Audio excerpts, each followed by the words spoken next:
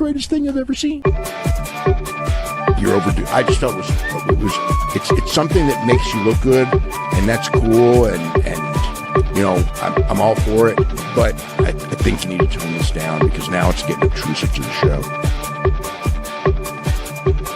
But they can go in the afternoon for a US Hold show, on a second. as they did there, and they can do 180,000 buys for an afternoon show, which they've also done for All In. So okay, we know they can do. We know they can do big. Can I continue this before you cut me off?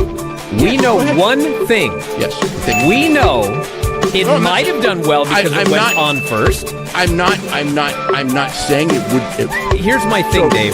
But here's okay. Wait. Okay, here's the thing. Oh my God, it's the greatest thing I've ever seen. I mean, it didn't mean anything to me. It was just a match. That's the problem, Dave. It should mean something to you. Give him a quick squash win just to show that, like, you know, he's not a loser.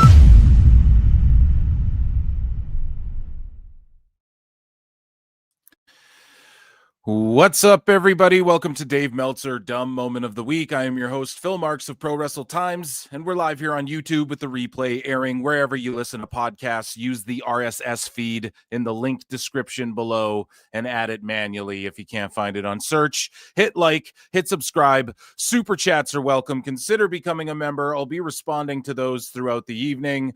And tonight we have Dave Meltzer discussing who should be Booker of the Year, Triple H or Tony Khan. We have more Shilling for AEW. We have Bryan Alvarez blowing up, getting belted, blowing up about Monet's belts, and also a bunch of glaze over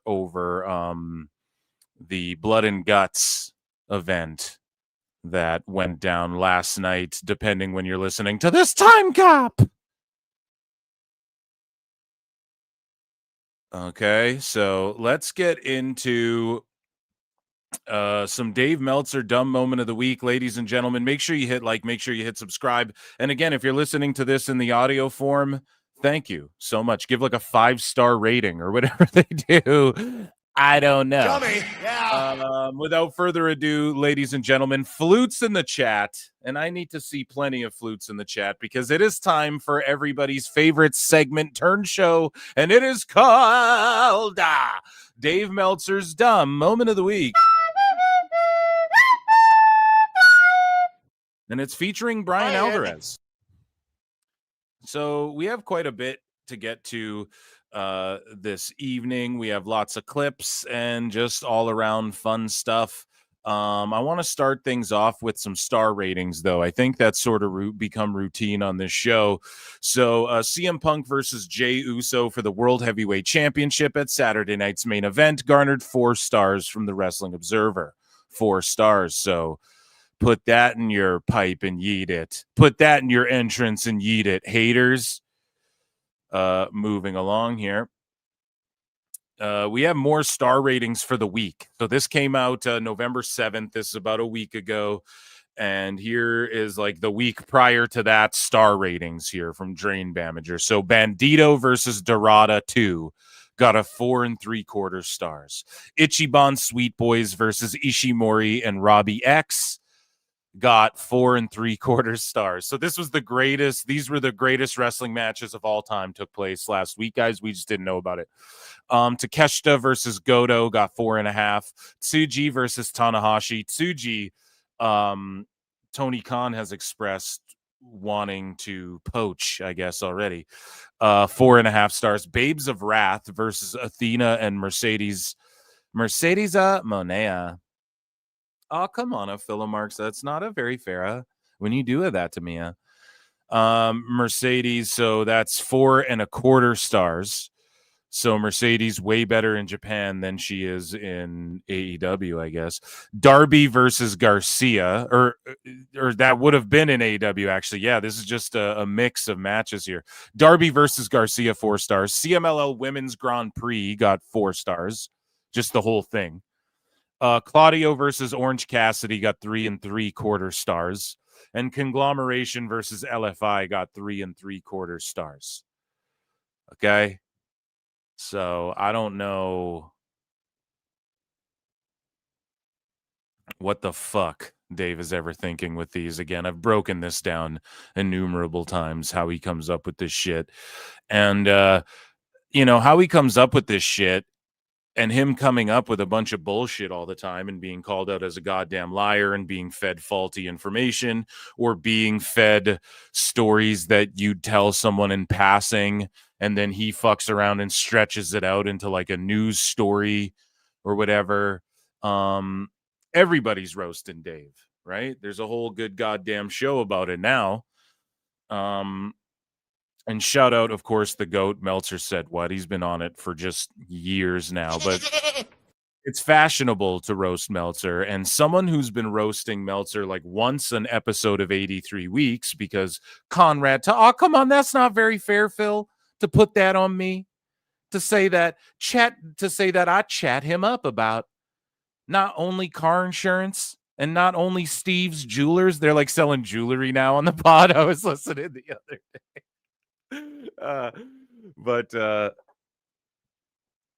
Conrad Thompson always brings up Dave and cites Dave when talking about old WCW shit. So Bischoff has all of these great, like, retroactive Meltzer roasts, that we're going to bring to the show here eventually.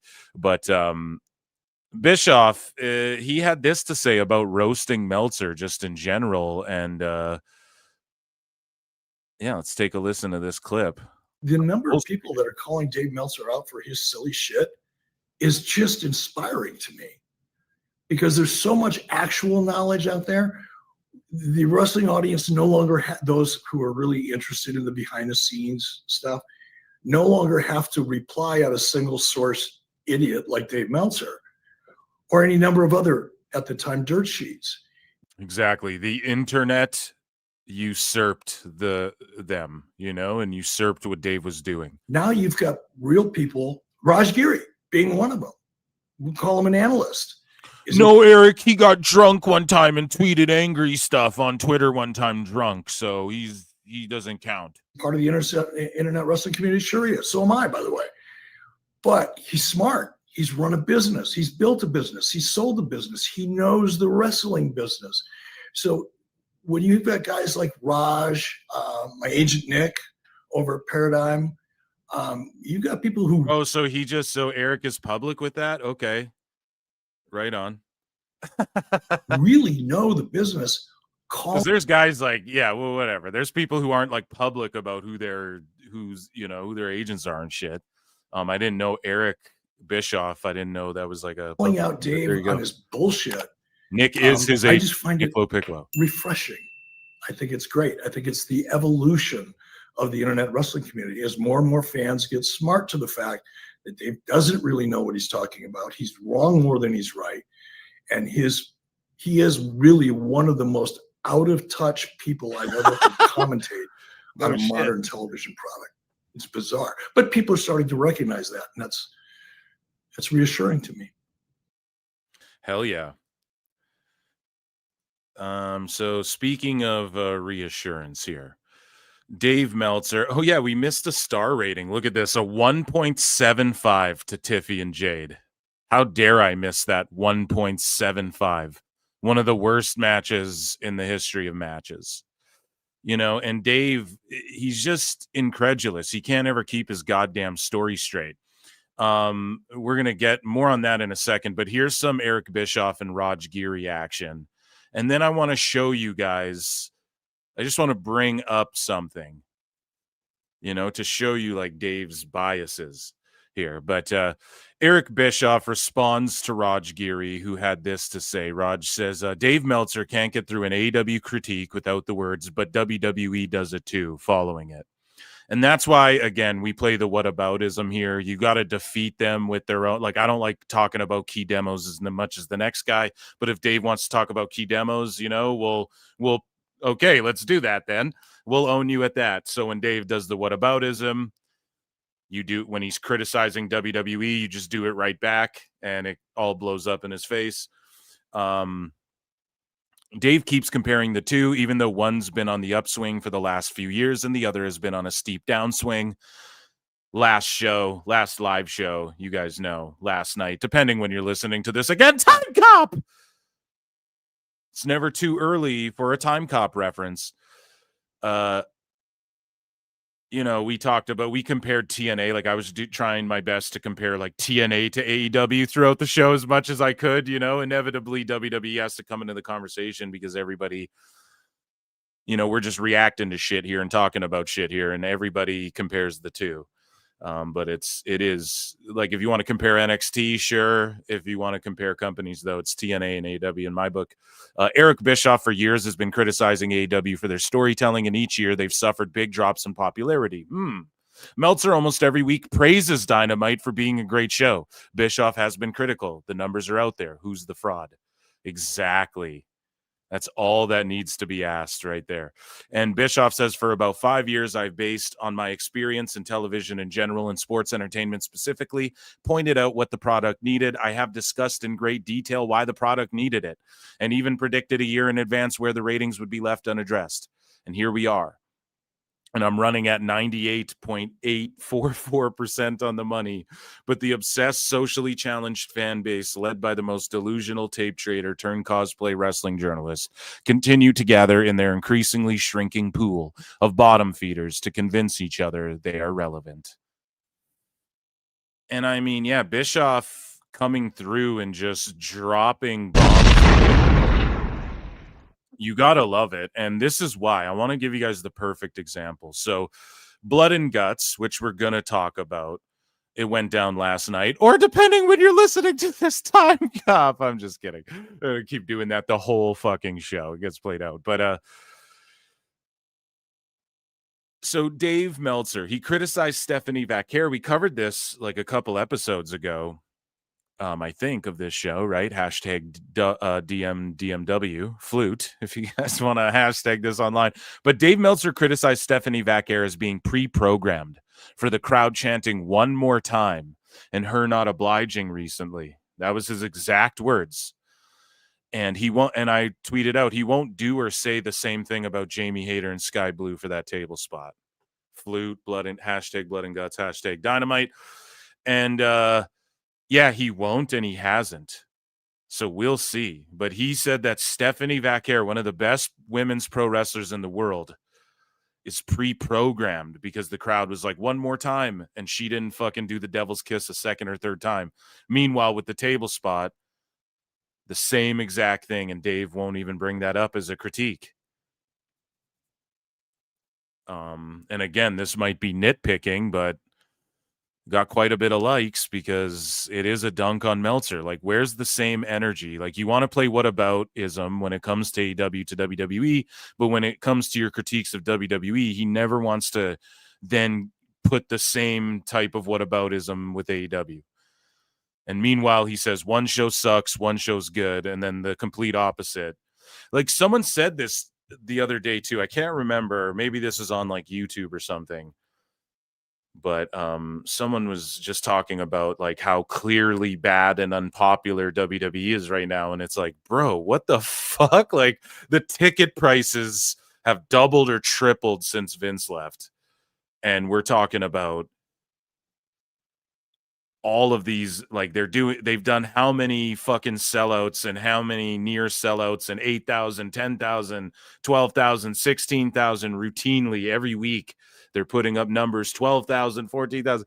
It's like, and then these pay-per-views are doing huge, like, live attendances, and still millions of people going out of their way to stream it or watch it on network or whatever the fuck. I just don't know how you could say it's clearly unpopular and shit like that. It just doesn't make any fucking sense. Speaking of things that don't make sense, Dave Meltzer just conspiracy theorizes that wrestlers may have been told to back off Ridge Holland's GoFundMe after Backlash. So, like, Dave speculates that we didn't see WWE people donating to his GoFundMe because WWE told them to back off, Bryan.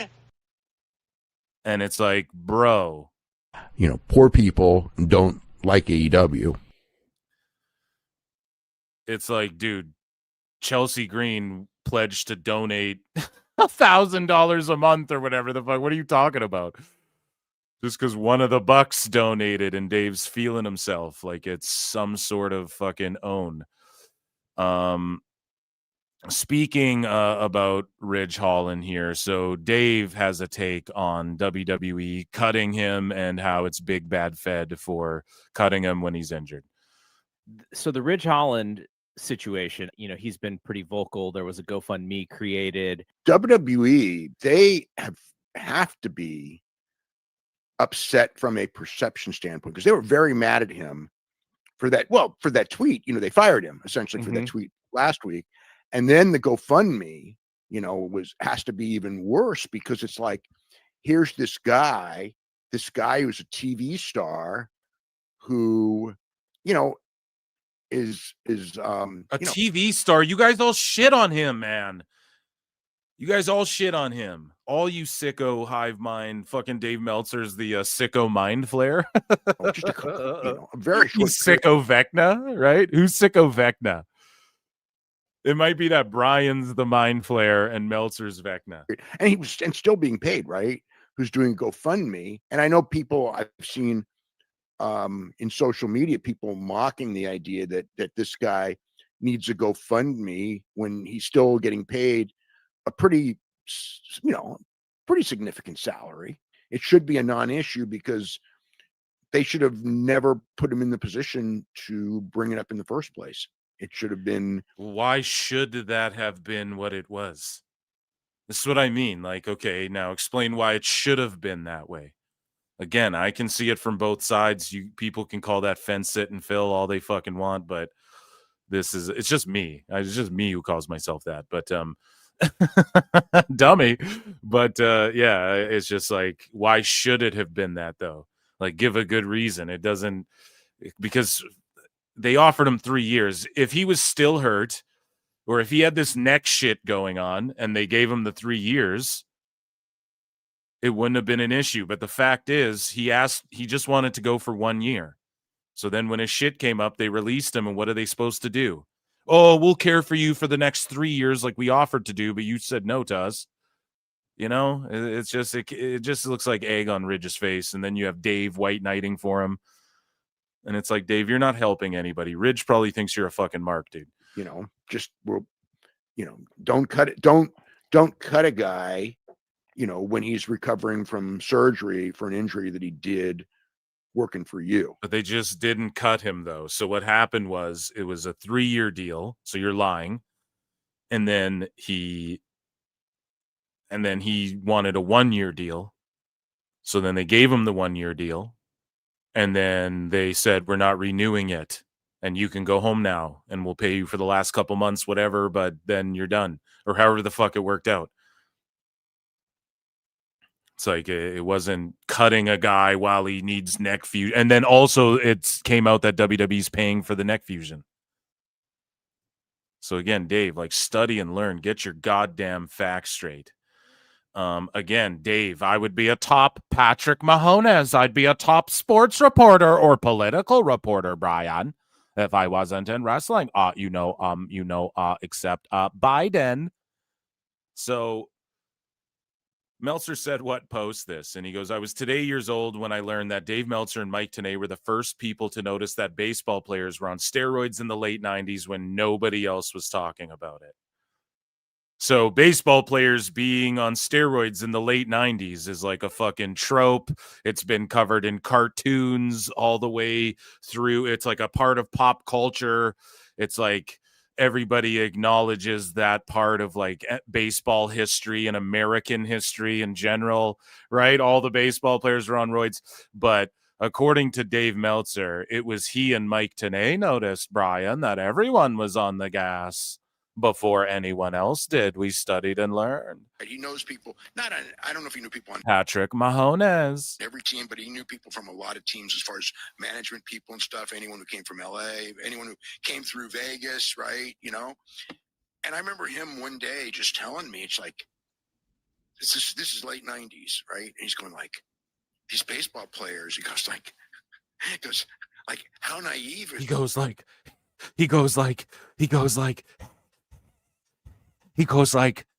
these baseball players. He goes like, Like, how naive is everyone in baseball? How naive are these reporters? These guys all look like, Bill Goldberg. He didn't use the term Bill Goldberg because they all look like, they look bigger than the wrestlers, It's like, and baseball players were never, when we were kids, baseball players were tiny next to the wrestlers. You know what I mean? The wrestlers were the guys. What is he? There's like Andre the Giant. Next up at bat, Andre the Giant.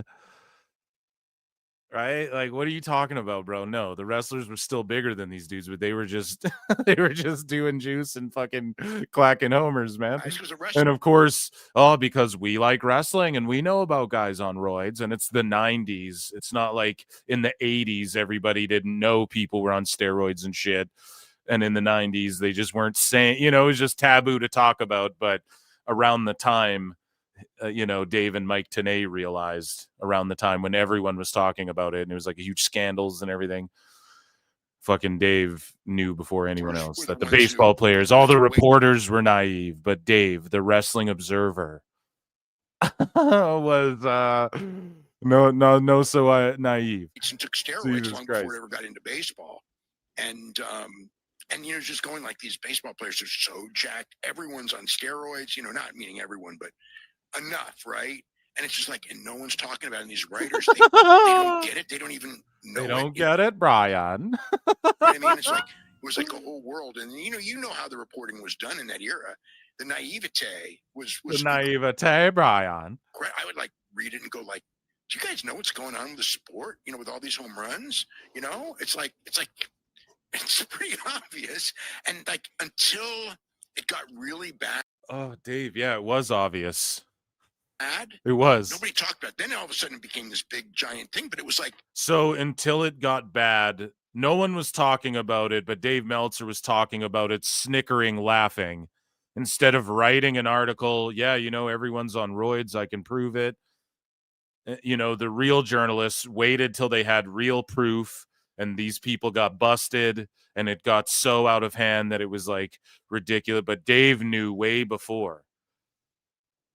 But he just stuck to writing about fucking Mark Pro Wrestling instead of pointing this out, this thing that could have put his name up there with like some of the great, like you're just so full of shit, Dave. It had to, and there's no evidence of it. What, 5, 6, 7 years later before it really became a thing, before it actually got out? 7 years before everyone knew. Dave knew. Probably because McGuire broke Babe Ruth's record, and now all of a sudden you broke the freaking, I know it's Roger Maris's record too, but you broke that record.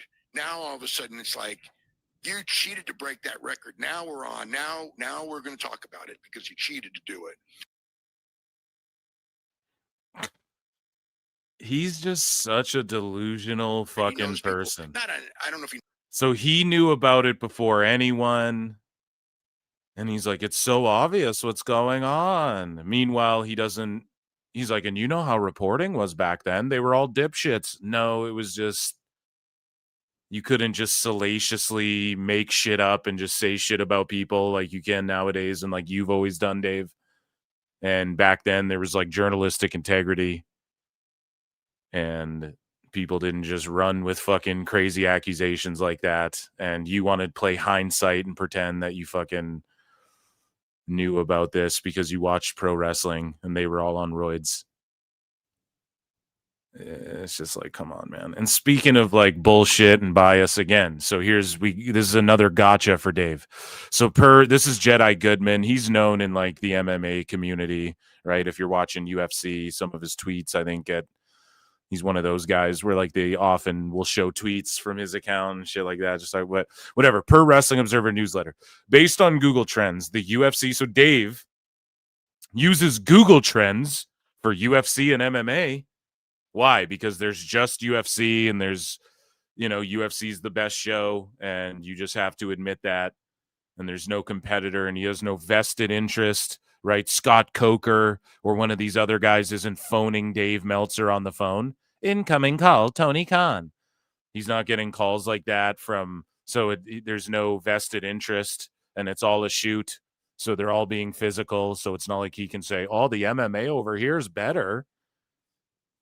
Right? That's how you know he's a mark and just likes when guys can do moves in pro wrestling because it's like, well, it's not a shoot.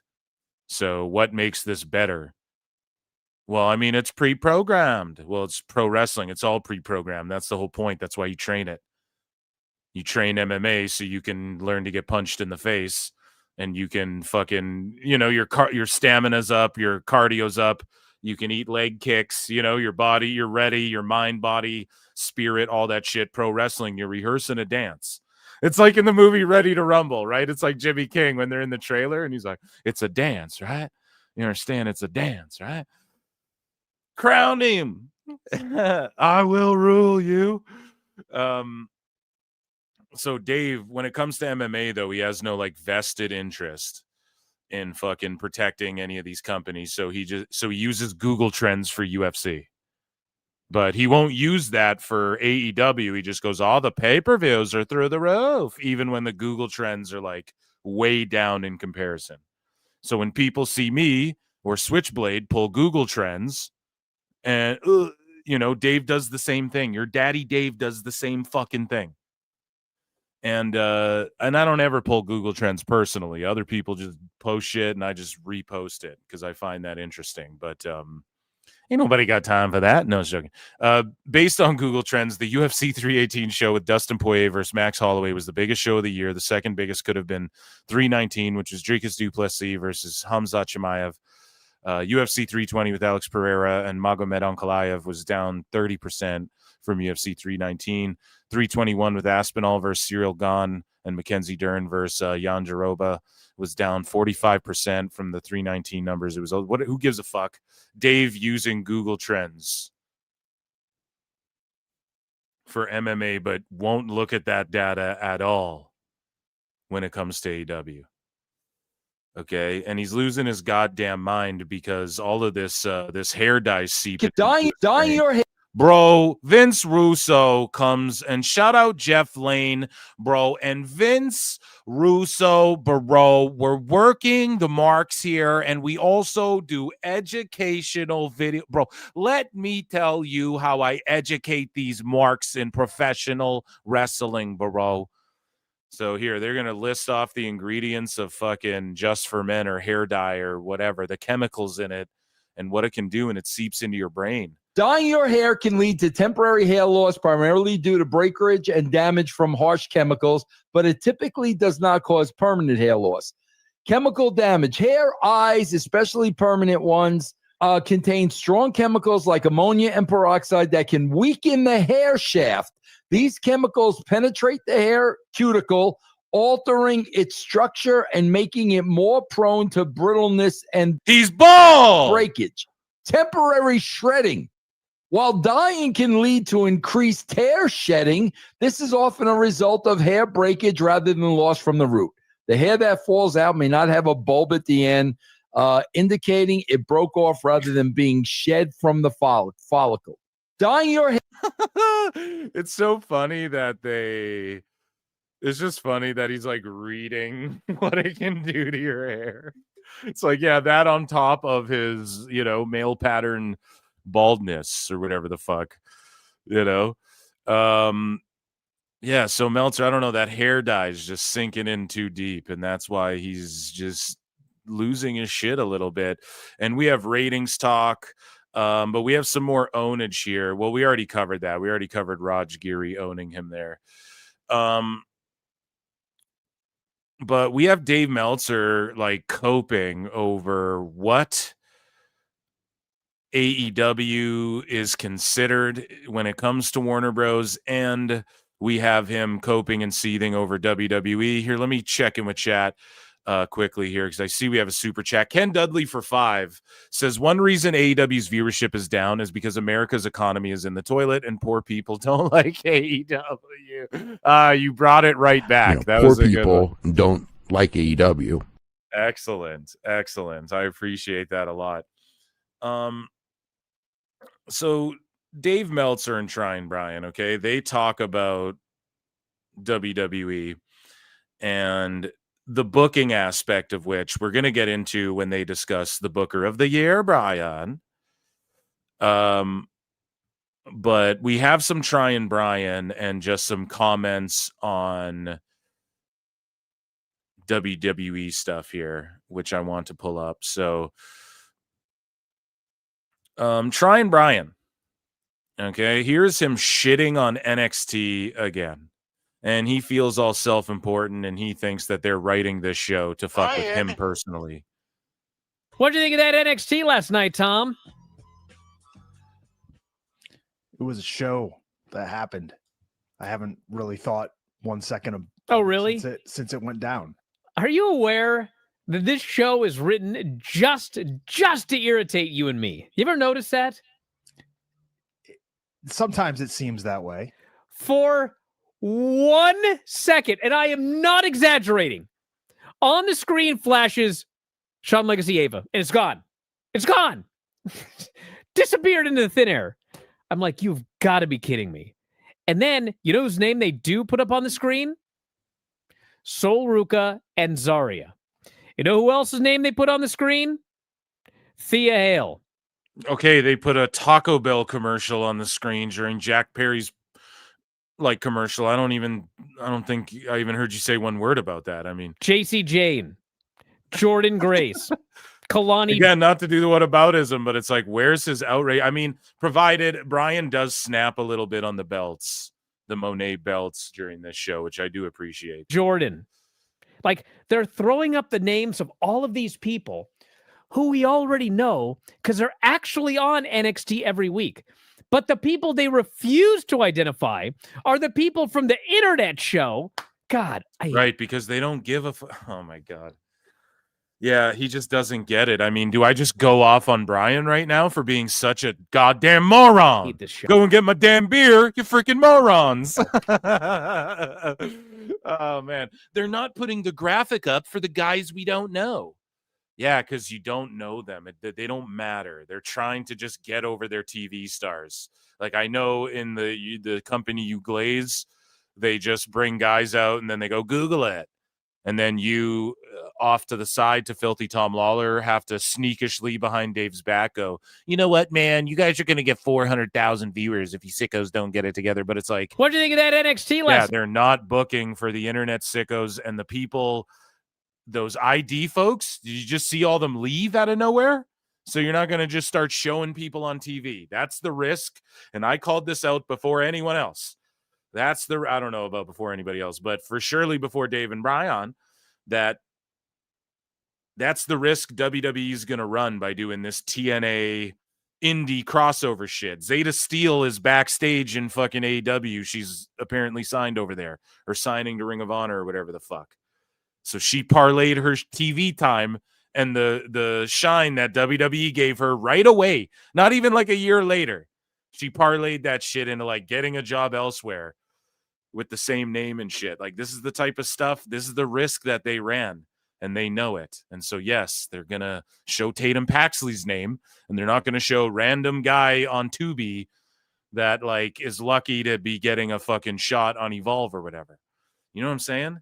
And I just don't get why Bryan never grasps these, like, obvious things. It's because it's faux outrage trying to hate on this show. So, we have Dave Meltzer's comments here on Rey Mysterio versus Dominic Mysterio, and he says it's reportedly not planned. Rey and Dominic are not wrestling in San Diego. Except actually, I heard, it's like these guys, Hechicero isn't either, Bryan. So I did that. I did, find that out too. I don't know. I don't know. You know what that means, Bryan. I don't know if that means Cena and Dom is still on, or they're going in a different, except Batman to where they were going. Because the Cena, none of what I just read makes any sense because I just fucking wrote it off a cliff. Because the Cena and Dom title change was going to be in San Diego originally, not in Boston. So again, like, just easy to say after it happened, Oh, it's supposed to be on this day. I swears it. It's like, okay. I guess you get that one, Dave. Speaking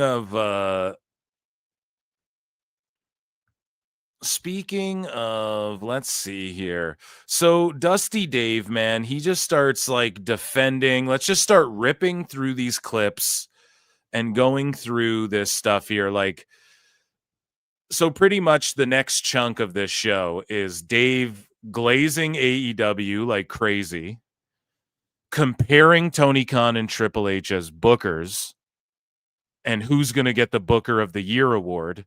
And then, of course, blaming WWE for like Tanahashi not being able to wrestle Shinsuke. I think we covered that bit, but he just starts glazing Okada really hard because even Dave Meltzer was marking out for like Shinsuke versus Tanahashi, but then it turns out Okada is going to be the opponent instead.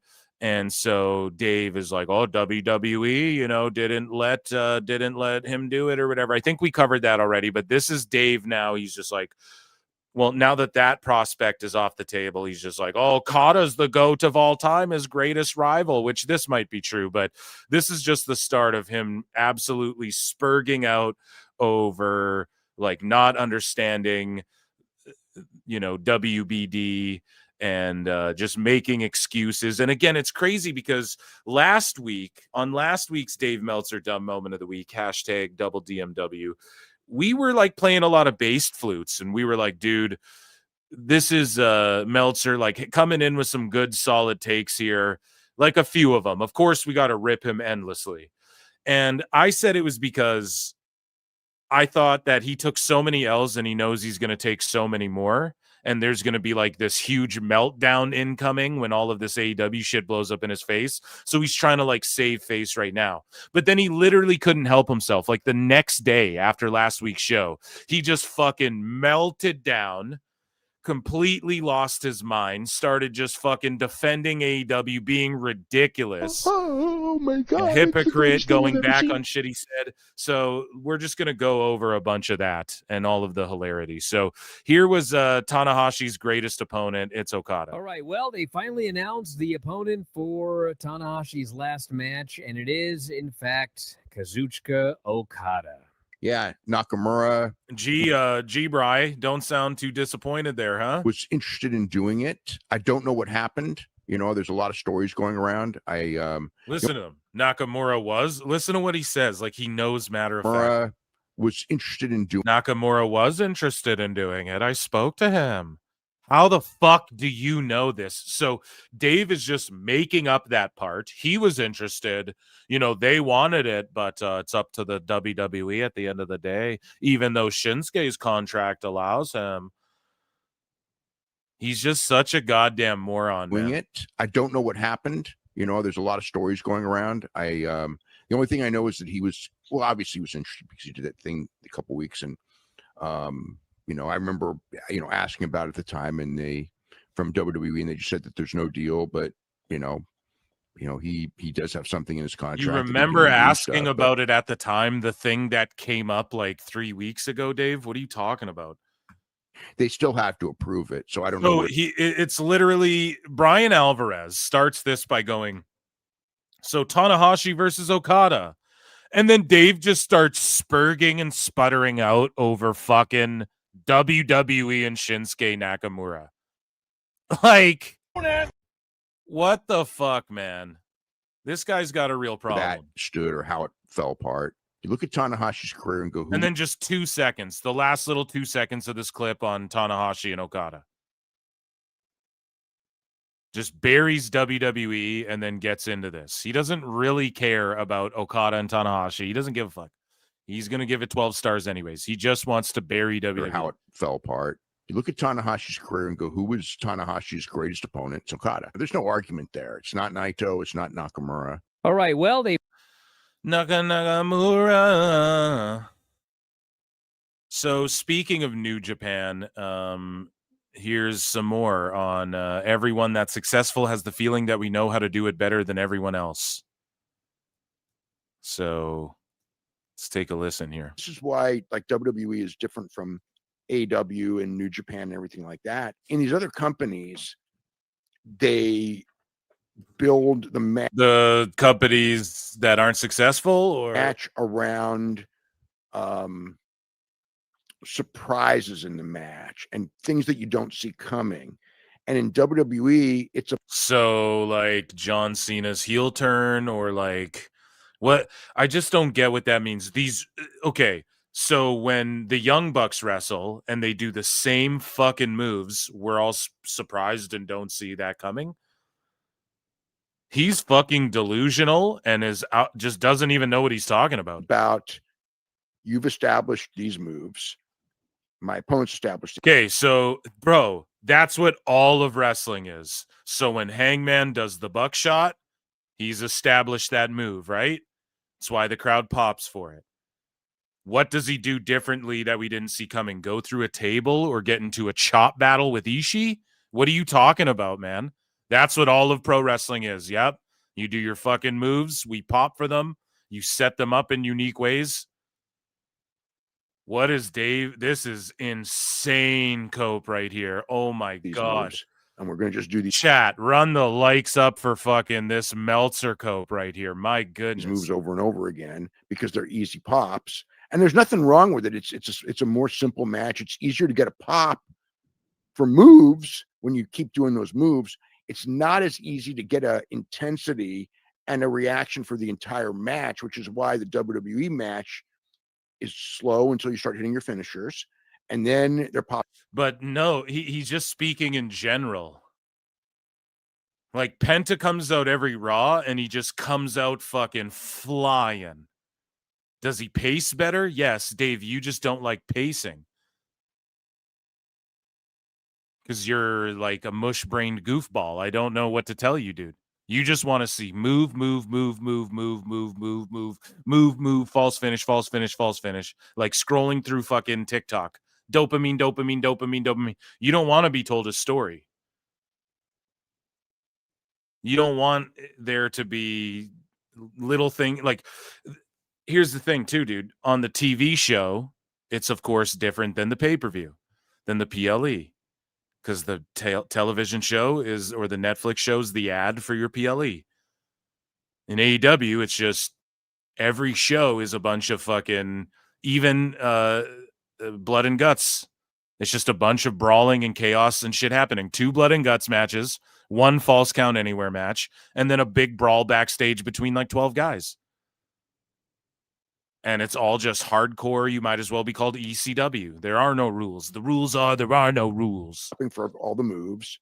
Whereas in AEW, you're going to under road have more heat for the match because they're, you know what I mean? It's not about just the big moves, which is, you know, the finishing moves done over and over and over again. In Japan, it's about the hard hitting and the fight and the struggle. And those moves are obviously part of it. And you do exchange the finishers in a similar way, but it's not as patterned, I would say. So everyone that's successful has the feeling that we know how to do. So even New Japan's patterned, Dave, do it better than everyone else. And yes, the most successful people know how to do it better than anyone else. Period. Taylor Swift knows how to sing, look like a superstar, tour the world, come up with unique fucking designs and all this shit for her outfits and her... I don't know if you guys have ever been to a Taylor Swift concert. She has like fucking mini films in between, you know, wardrobe changes or whatever, right? With celebrities in them and shit that are her friends. Like, a lot goes into this. And yeah, she's going to think she knows how to do it better than people who aren't doing it at that level. Why? What? It's just insane. It's insane, Dave. You're coping. It's hard for them to adapt to other styles to begin with. So usually they don't. And imagine saying it's hard for WWE to adapt to other styles when you have some of the greatest strong style, indie style, luchadors, women's wrestlers ever, all assembled on a roster. People from AEW, people from who were just raised NIL, people who came from the FCW days and stuff. Like, you have a mix of everything, every style, and they're doing it at the highest level right now, entertaining like the masses, and WWE's getting mainstream again. And it has been for a little while. Like, let's be honest here. And it's like such a problem. But if the shoe was on the other foot with the style of wrestling, that Dave likes. And imagine Dave too, like shitting on Nuge in this. There's I mean, it's hard hitting and move, but like there's a style. There's a pattern, he said, rather. There's a pattern. Yes, just like in AEW. What are you not? All they do is just hard hitting, move. There's no storytelling in AEW. Right? Speaking in generalities, nothing that good. Honestly, though, like Hangman Joe's been pretty good. Like they're building up to a cage. That's been okay. And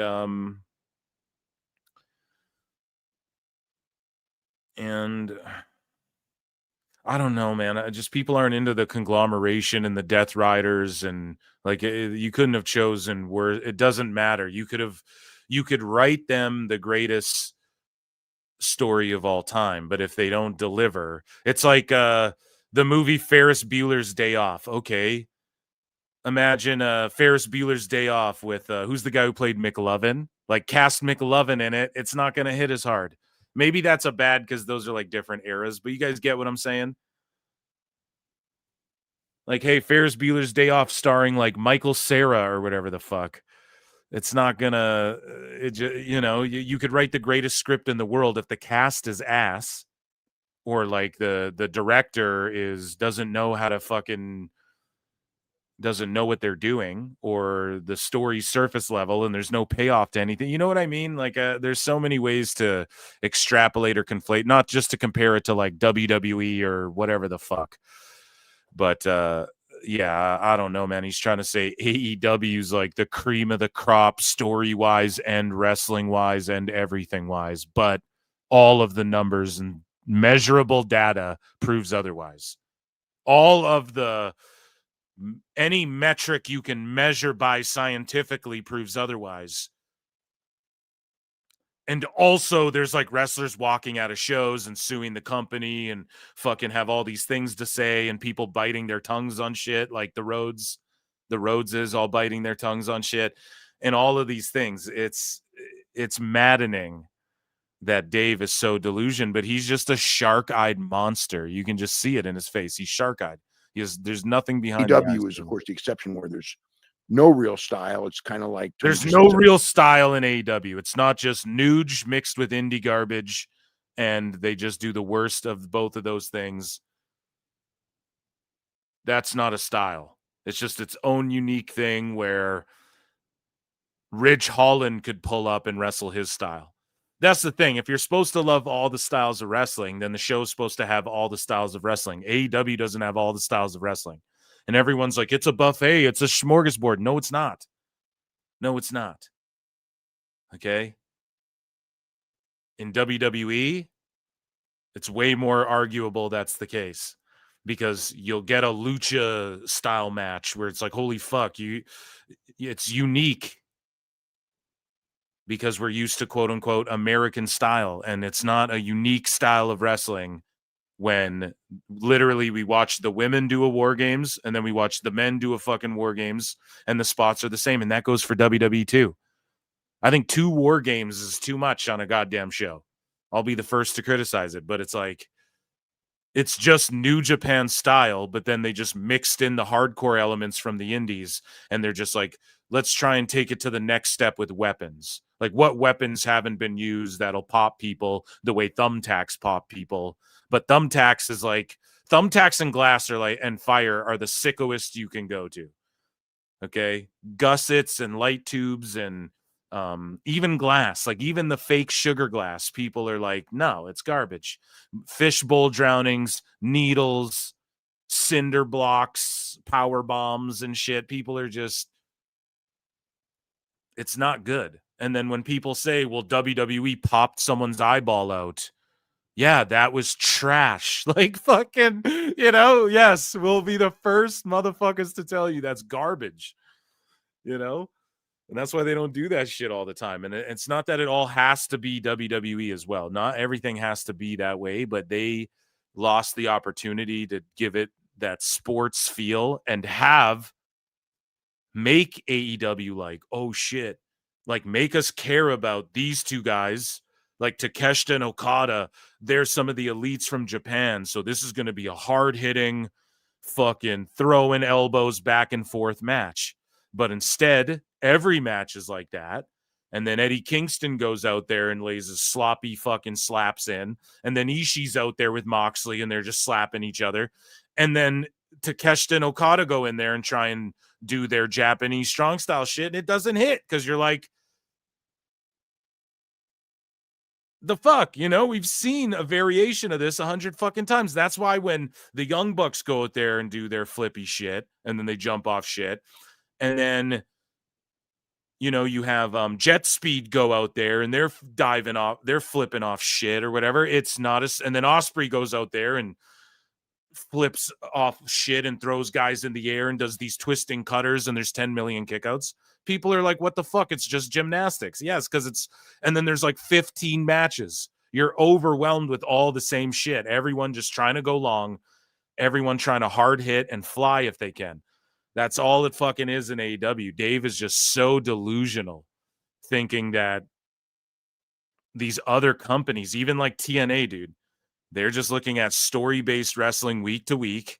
And then when you get to the PLE, all wrestling story-based to a degree, or it should be, like fundamentally in a way, right? And so at the PLE, we're going to fucking blow them away with like a bunch of matches. And that's not good enough either, because when WWE did that recently, they had 4 matches in a row or whatever. Dave and Bryan cried about it. Oh, there's just matches and no schmazzes? What the fuck? It's like, yeah, because you guys, like, they're not doing it because of you motherfuckers, but like they're calling you out. You know what I mean? We went over Bryan crying over NXT. We're not even gonna, that's every week now. Oh, this is like, yeah, okay, we went over that one. It's like a weird phantom bookmark if you guys are watching on YouTube, which is all good. So the topic, though, of TNA has come up, and we've been comparing, TNA to, well, first let's go through Dave, like just defending Max and WBD and how they categorize AEW, not defending them rather, but it is them because they own a chunk of AEW. So in a way, again, Dave is too stupid for his own good. He just keeps like throwing people under the bus while thinking he's putting over another company. And this was like the day after last show, I believe. He just had a complete meltdown trying to defend AEW and the ratings and all of this. WBD might sell and, closing bids, or by the end of the year, they're expecting a sale, or Zaslav's looking to get one done, and all this shit's coming out, and it's not looking good for Wavy Davy. It's not looking good for AEW. It isn't. Okay. And it's because they listen to Dave and they don't listen to motherfuckers who've been saying, like Eric Bischoff, who are like, dude, you should try this or that, or like, you're headed in the wrong direction. This is the problem, is the fight used to be like, hey, you're headed in the wrong direction. You're headed in the wrong direction. And then it's like, oh my God, fuck, like this is shit. This is shit. This is shit. And now it's just like, okay, so this is cooked any minute now. Like, what the fuck? This is all going to blow up in Dave's face. And, here's him just sort of defending and arguing and not really understanding what he's talking about and just coping. It's just massive cope overall. And then he copes over Chris Jericho and what he had to say about TNA and all the comparisons to TNA. And what's funny is that with shows like this, and with me being able to sort of help and shift and influence maybe some narrative out there, I would like to say that I would like to pat myself on the back for at least helping push the narrative of like AEW TNA, because this is the whole point. Like, we want people like Dave comparing the two and like being dismissive, but the fact he's bringing it up and Jericho brings it up and he has to dismiss it. Oh no, not NWA and TNA, not just TNA, but all these other shows. He's bringing them up and like, oh, well, who cares about NWA and fuck TNA and whatever. And now it's forcing them to have the conversation about these other companies versus AEW and shit. And that's when it's game over on their end, because it's like, I don't know. To me, that's the funniest outcome, is just seeing Dave fail. I don't care about if AEW's around forever. I don't care about I just have no faith in it as long as Tony Khan's at the helm and he's phoning Dave on the phone. That happened like a couple weeks ago. We can't let that go. Like Tony's phoning Dave. And Tone was probably listening live to Dave at that moment too. No, I don't know if they go live, but either way though, this person here, Christian Daniel, says the mention of Max without data is delusional. Facts. Truth be told. Dave Meltzer says it's common sense. Streaming viewership skews much younger than television. Max confirmed AEW is one of the top sports on the station. So that was back in May. And then Meltzer says this to Dolly the Sheep, who says, read the roommate and understand what is being said. Dave is just presuming numbers on Max with nothing to base it on apart from common sense. Is this the same common sense Max uses when showing the top sports, etc.? Dave goes, Max has already stated AEW gets among the biggest numbers in sports, Bryan. That's in February, okay?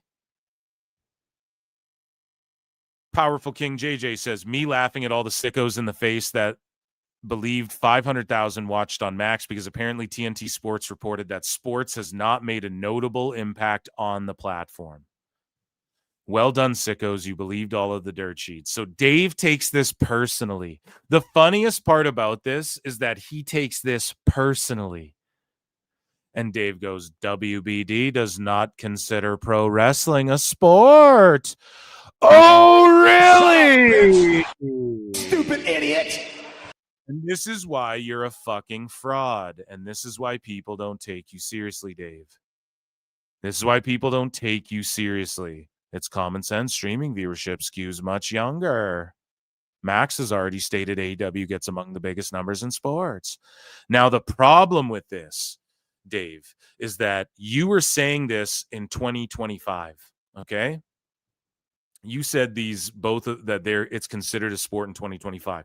Now, as we exposed here on this show, and we covered it on the live show, actually, so a different show, PWT live show every Wednesday and Saturday. Dave Meltzer, okay,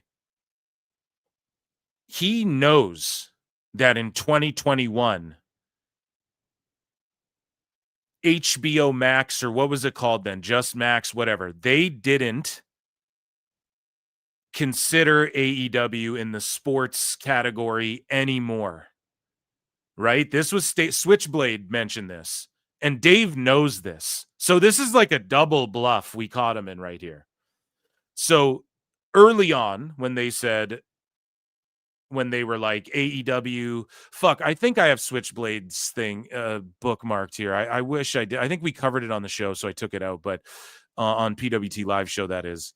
I should have re-bookmarked it. But basically, Dave knows that they don't consider it a sport. But when it was convenient for him earlier this year, what the fuck was he saying? Okay? That they consider it a sport. Even though he knows that it's not that. And then when it convenes him, he goes, it's not a sport. You guys know what I'm saying? WBD does not consider pro wrestling a sport. It is listed as entertainment, even if put on the HBO site of sports. If you don't know this, it shows you pay no attention since it's covered every single week, Bryan. Then why the fuck were you saying this in February, in May, that it's considered the highest in sports?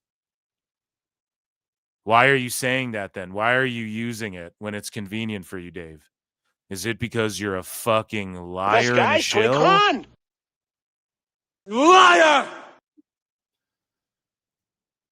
So I should have never played as many based Meltzer flutes. And even when he has base takes, I'm just simply applying conspiratorial motives towards any notion he has that's positive in a way that I find fishy. When it, unless he's condescending people.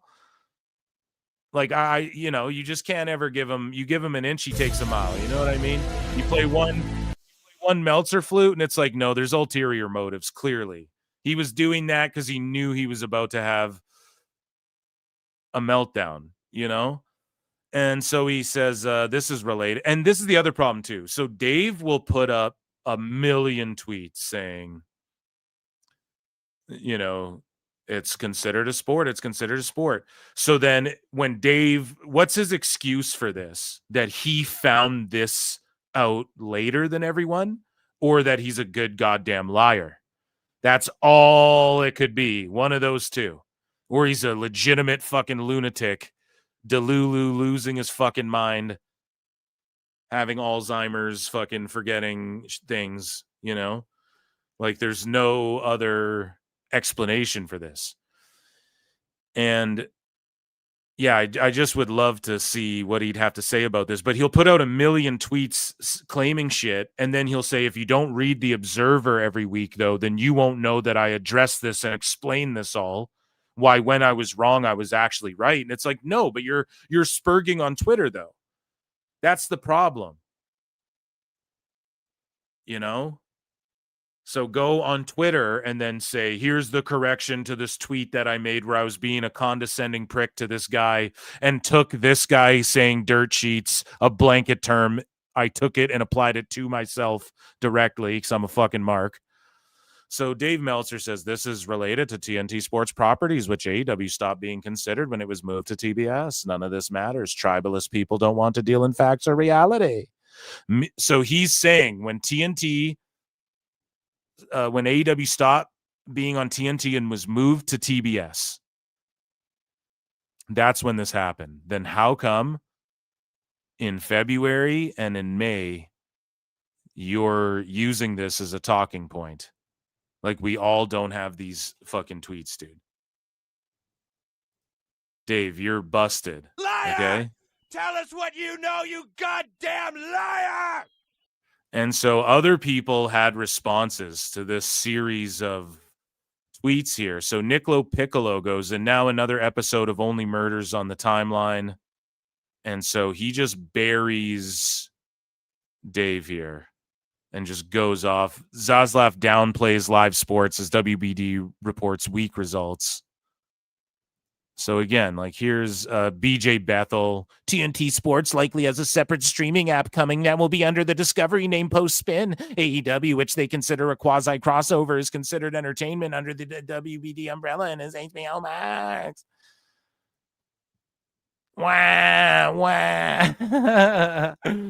Oh, man. So there's other responses here. So Nicolo Piccolo says, Dave, AEW has moved out of sports in 2021, and Max confirmed AEW is one of the top sports. Can't both be true. That's not on anyone for not knowing the wrestling news. That's on you for arguing with your own timeline. And that's the thing, man. He can't remember all of his own bullshit because he fucking bullshits constantly. So you can never keep up with your own bullshit. Honest Abe once said that, right? You can never keep up with your own bullshit. No? And yeah, people just call Switchblades like I thought AEW wasn't sports. Like everybody pulled this card and responded to it. So Dave Meltzer goes, well, this guy, Wild Blood, says, Dave, then you have to make a phone call to WBD because AEW is still under sports for both TNT and HBO Max at this very moment. Okay? And then Dave goes, we addressed that sometime back. Anyway, here you go. TNT Sports includes broadcast rights for sports like the NHL, NCAA Division I men's basketball, and the college football playoff, Bryan, along with digital properties such as Bleacher Report, House of Highlights, and Hitchacero. The Umbrella brand also covers various international leagues and events in Europe, including partnerships with with the Premier League, UEFA, and the UFC. And then Nicolo Piccolo's like, Dave, you're contradicting your own reporting again. A few months ago, you literally tweeted that wrestling was one of the biggest sports on Max. TNT isn't a locked vault of leagues. Wrestling is programmed live, monetized like a sport. So when you tweet that wrestling isn't under TNT Sports, you're not clarifying anything. Yeah, because he's just a con artist. It's just disgusting at this point. Like, it's just gross. The squabbling and the groveling, man. And so Dave Meltzer goes, just for the record, AEW was listed under sports shows until the end of 2021. At that point, it was designated as entertainment. We've talked about that hundreds of times. If you don't know, that's on you for not knowing the wrestling news. Does he talk about it hundreds of times? That's like a crazy ass thing to claim. Hundreds of times that he's talked about that? I highly doubt it, because why this year then was he using it as a talking point to try and win arguments against fucking sickos on Twitter? Could it be that you're a goddamn shill?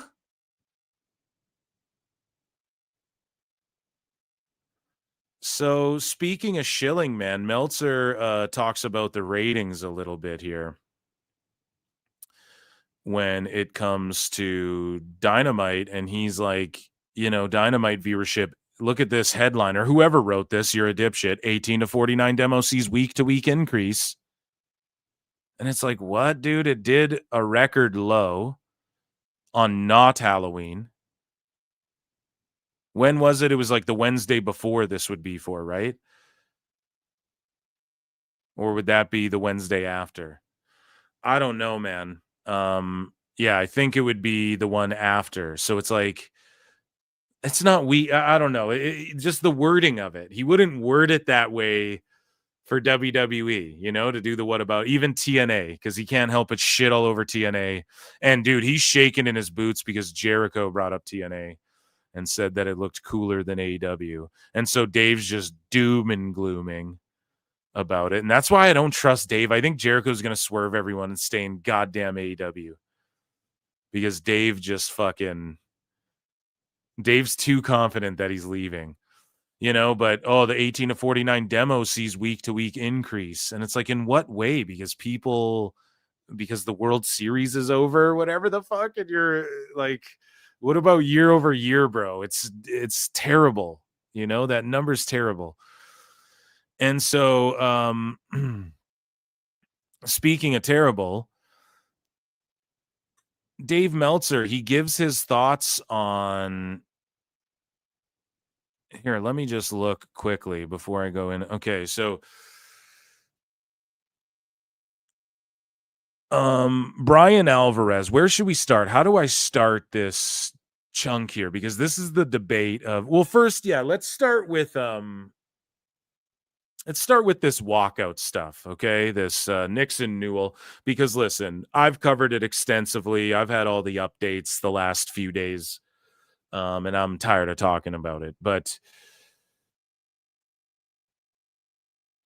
Dave Meltzer and Bryan Alvarez, I would love to hear their takes on what happened there, the debacle that was Miranda Alizé and Nixon Newell.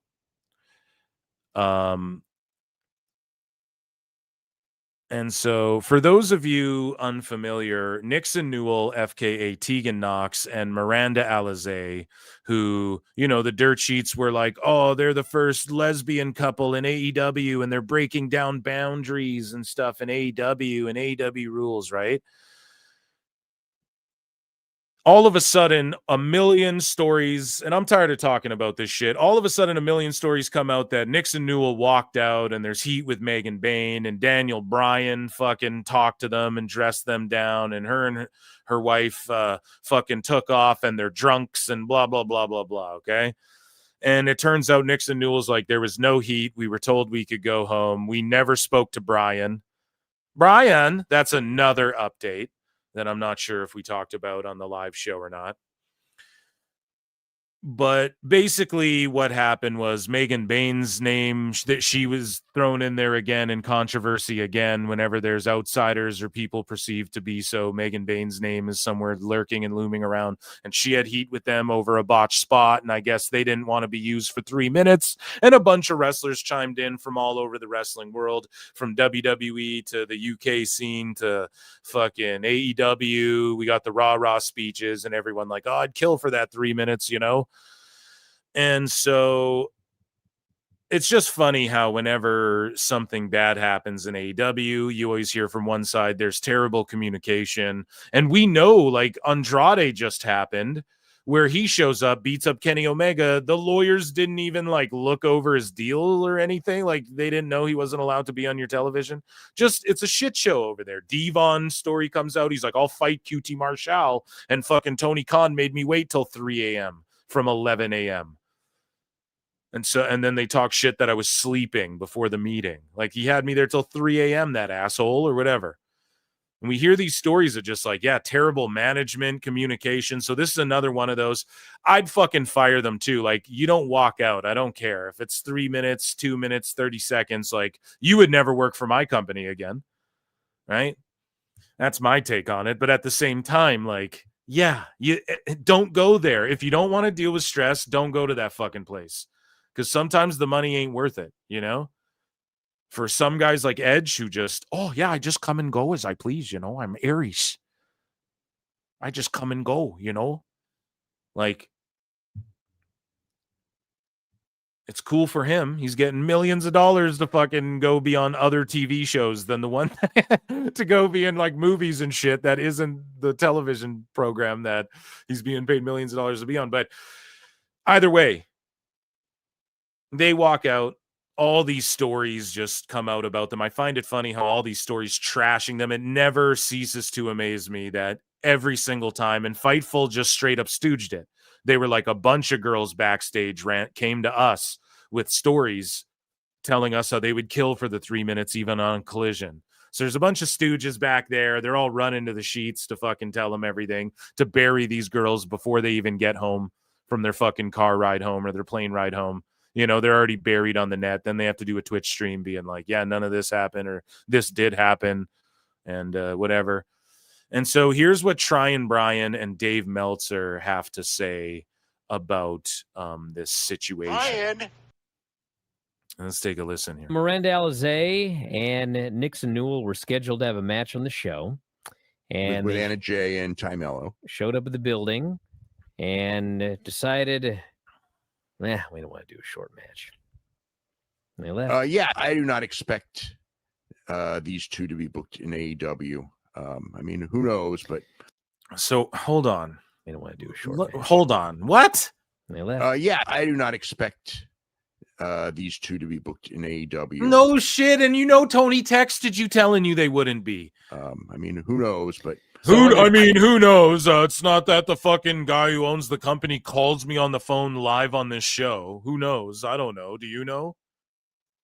Terrible poker Twitch stream. They said, we decided collectively as a partnership, a couple as wrestlers independently, that 3 minutes isn't going to benefit no one in this match.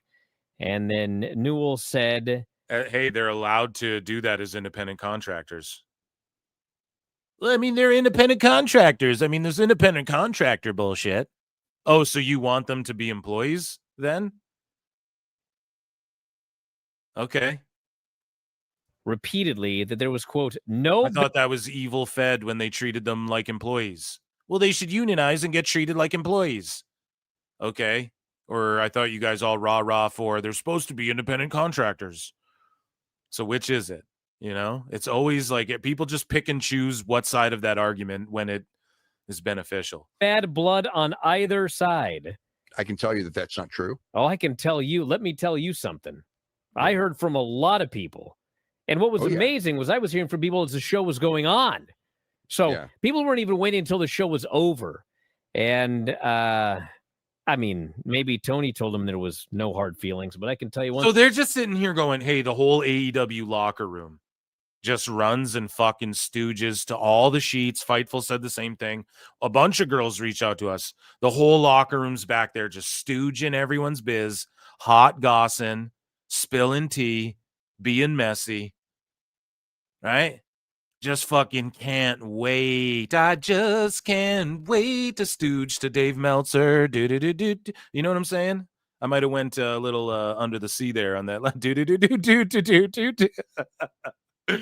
But you guys know what I'm saying, okay? They just can't wait to fucking stooge and usurp the throne from those perceived it. Oh, why are you bringing them in? You know why? It's because there's a bunch of disgruntled motherfuckers back there feeling entitled because they're getting paid, and they show up to TV every week, and then you bring these two girls in, and you only brought Miranda, let's be honest, Miranda got booked because you're bringing Tegan Nox in, and you only bringing Tegan Nox in because she was in WWE before. And there's a bunch of girls back there like, why are you bringing more people in? That's a problem with Tony. That's a problem with Tone. Why you run into the fucking to Meltzer and Alvarez, these fucking stooges, and telling them this shit and then shitting on them? Oh, they left. Can you believe it? And then they use 2 fucking jobbers no one's heard of to replace them instead of the girls who were back there complaining. Did you complain about those girls after? Did you complain about those girls after, ladies? What about I heard from numerous people. Oh, did you, Bryan? Thing. There was a Did you, hard Bryan? feelings is the wrong word. Bad blood. I don't know how you would term it, but there were so many people that were like, what a stupid thing to do. That's the one thing I heard over and over. What a stupid thing to do. They did not refuse to lose. They wanted to have a competitive 10-minute match, and the show was laid out, and, you know, they didn't have 10 minutes for them, and that was that. Nixon did say in the Twitch stream, this is my last 2 years in wrestling, and I want to have fun this last year. It is what it is. So basically, she's got one foot out the door. So yeah, it's not like she's looking to have a 20-year career and she decided to walk out on AEW after she was released from WWE. This is her last year, she says. All right. So she's not going to tolerate bullshit. Why can't they ever just go, yeah, I mean, it's bullshit. There's communication issues on their end of it. All they do is just point out, well, she's not even a real wrestler. Fuck her. You know? So this goes on. Here, let's listen to this clip. This may be what we just listened to. I think this is more of like a longer version of what Dave was saying. All I know is I do not expect these two to be booked in AEW. I mean, who knows? But so on their Twitch stream, there was, quote, no, you'd term it, but there were so many people that were like, what a stupid thing to do. I mean, first get over. Okay, here we go. You know, they're not under contract. If they're not under, you know they're not, Dave. You know how it works in AEW. You know how Tone does these deals. You know that nobody's under contract until they get that graphic. If you want to do something there, you know, I mean, first get over. I mean, it's like, oh, come on, you fucking Muppets. It's funny because Dave is like the sicko Mind Flare or like sicko Vecna, and then all the sickos are like, Tegan Nox would cook it up. Can't believe they fumbled Tegan Nox. Now she's gonna cook on the indies. She's gonna cook in AEW. And then now it's like, first get over. Bro, no one's over in AEW. There's like 3 over people. Okay?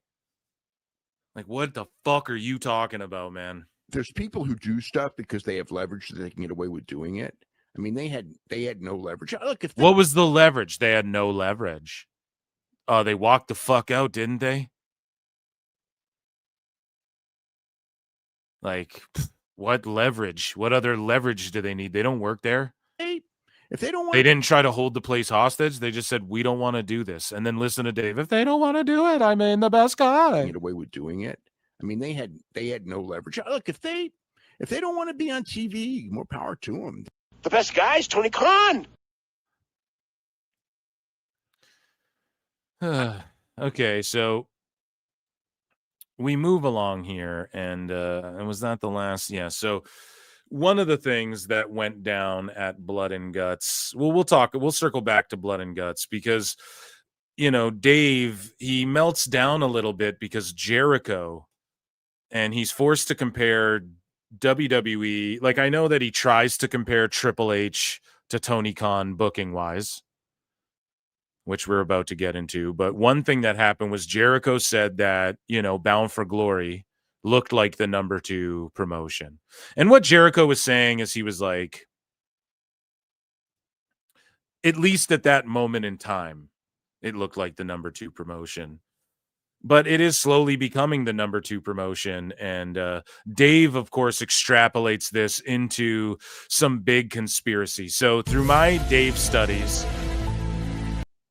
I've learned that Jericho is, he's friendly to the observer, and he's never, he stooges through little birdies is like what I've heard. That's a conspiracy. This is South Park. I'm just making this up, but I've heard that like Jericho isn't a guy who picks up the phone and calls Dave, but he's the type of guy who maybe says something to someone he knows will pick up the phone and call Dave. You know what I'm saying?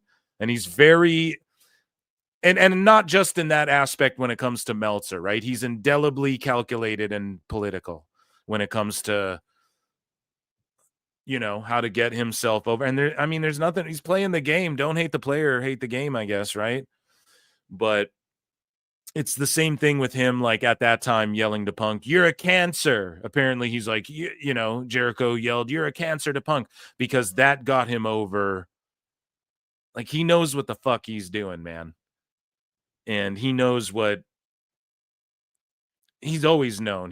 People tell the stories in shoot interviews. I'm not backstage. I'm just, I guess, regurgitating what they've all said. I've never seen it firsthand, but if we're to believe all the stories and sort of how we can clearly see in AEW, he got away with whatever the fuck he wanted. Why? Because there's no resistance with Tony. As long as if you're over and you make Tony Khan think it's his idea or something's a good idea or it'll get over, he just trusts Jericho no matter what. There's no filter there to be like, whoa, hold up. You got a lot of ideas here, Jericho. Maybe here's the one or two good ones, and here's a great mind like Shawn Michaels. Go and make magic, right? Here you're feuding with like Punk or whatever. You got to make some magic happen over here. You guys have to put your heads together. So Jericho, Dave extrapolates this as like Jericho's sending a farewell. Now, I have a conspiracy theory why I played the X-Files before. I'm going to pull a Meltzer here, but this is one of two things. Jericho's gone, which I just have a feeling like when you stack up all the benefits of him going back to WWE for him,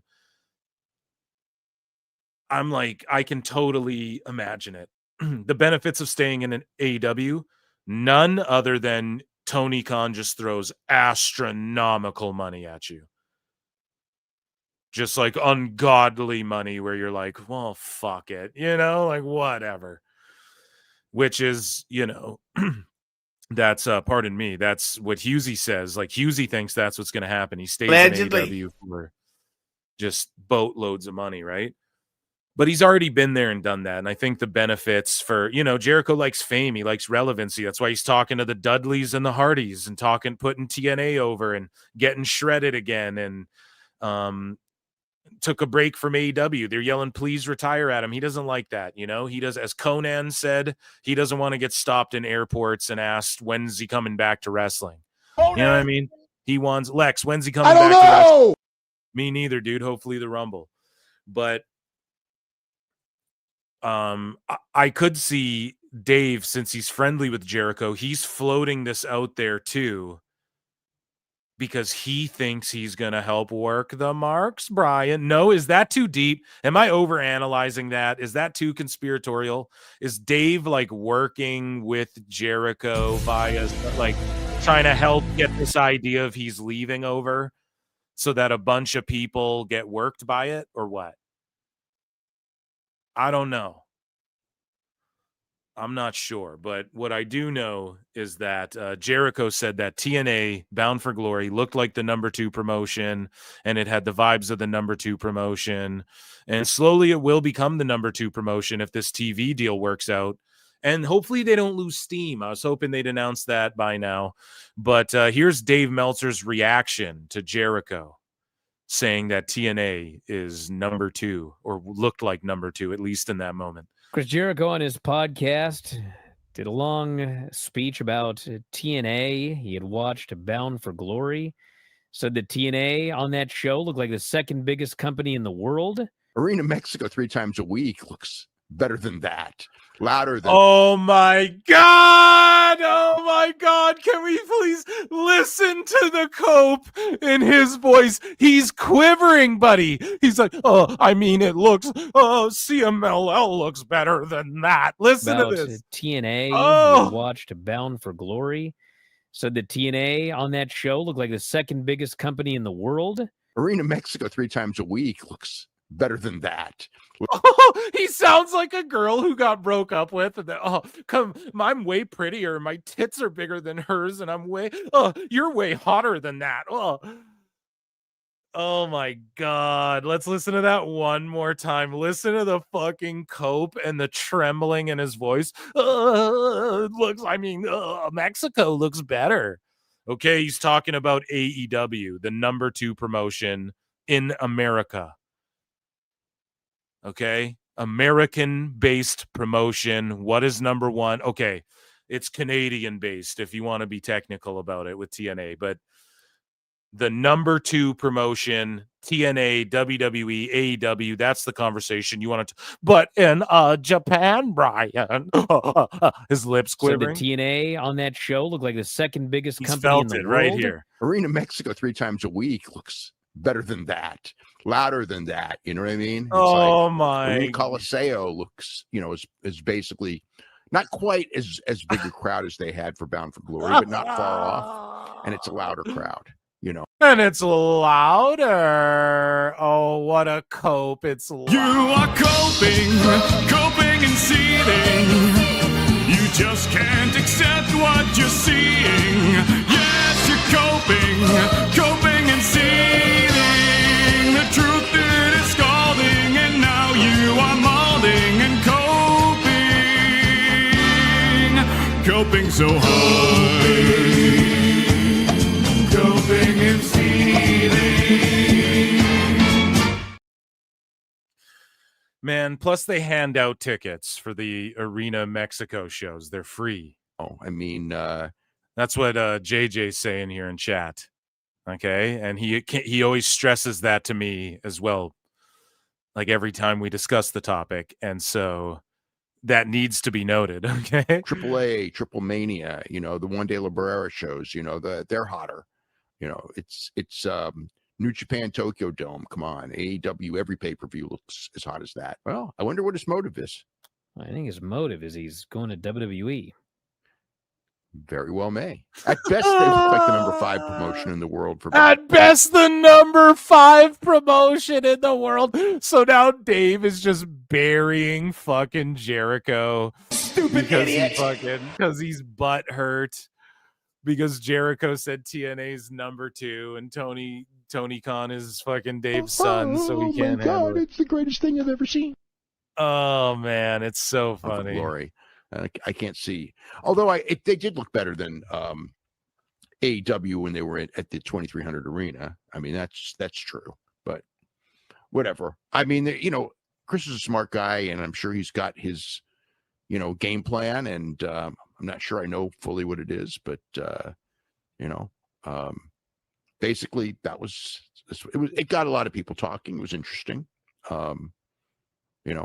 It felt, when I first heard it, it felt like he was giving notice to AEW, but I don't know if that's the case because I don't know what he's thinking right now.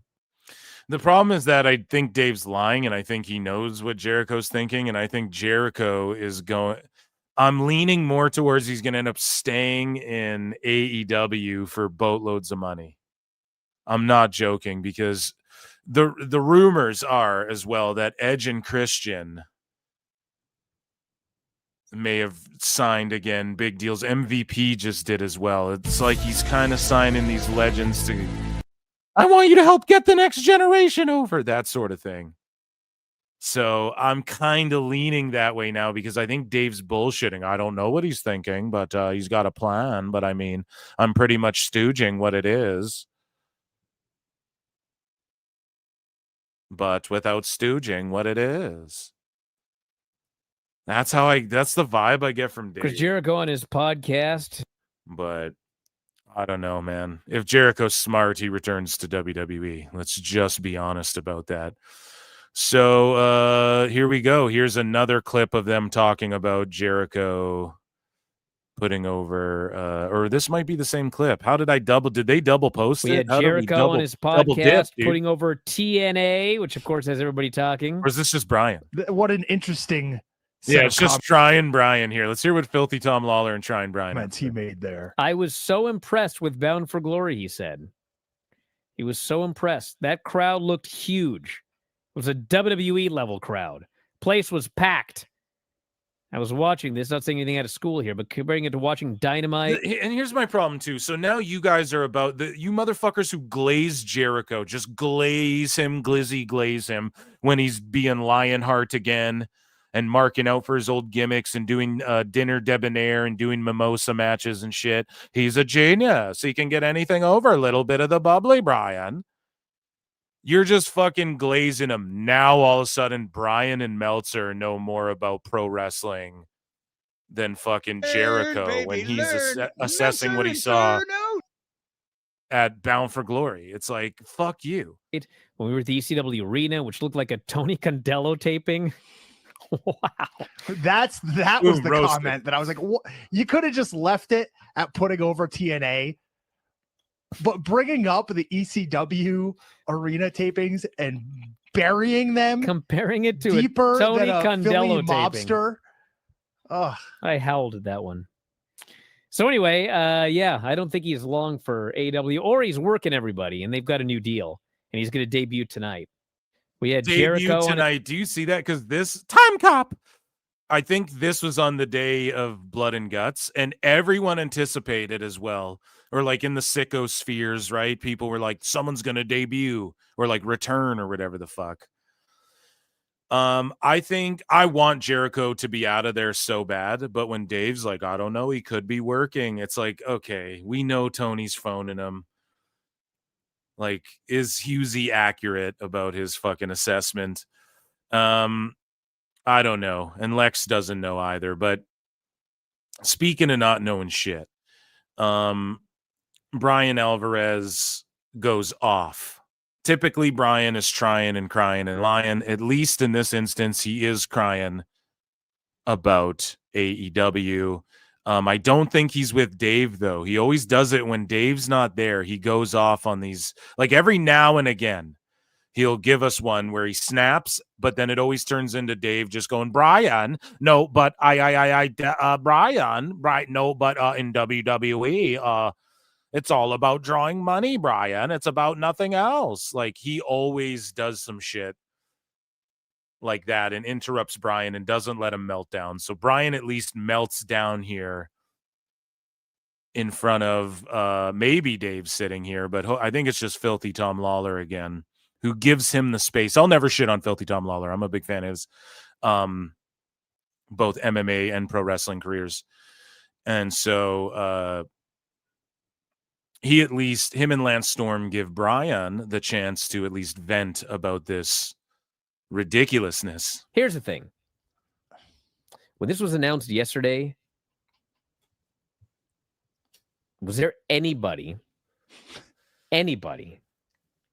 that was like, thank God we're getting a new title? Was there one person anywhere, even hardcore AEW fans, did anyone go, thank God we got a new belt?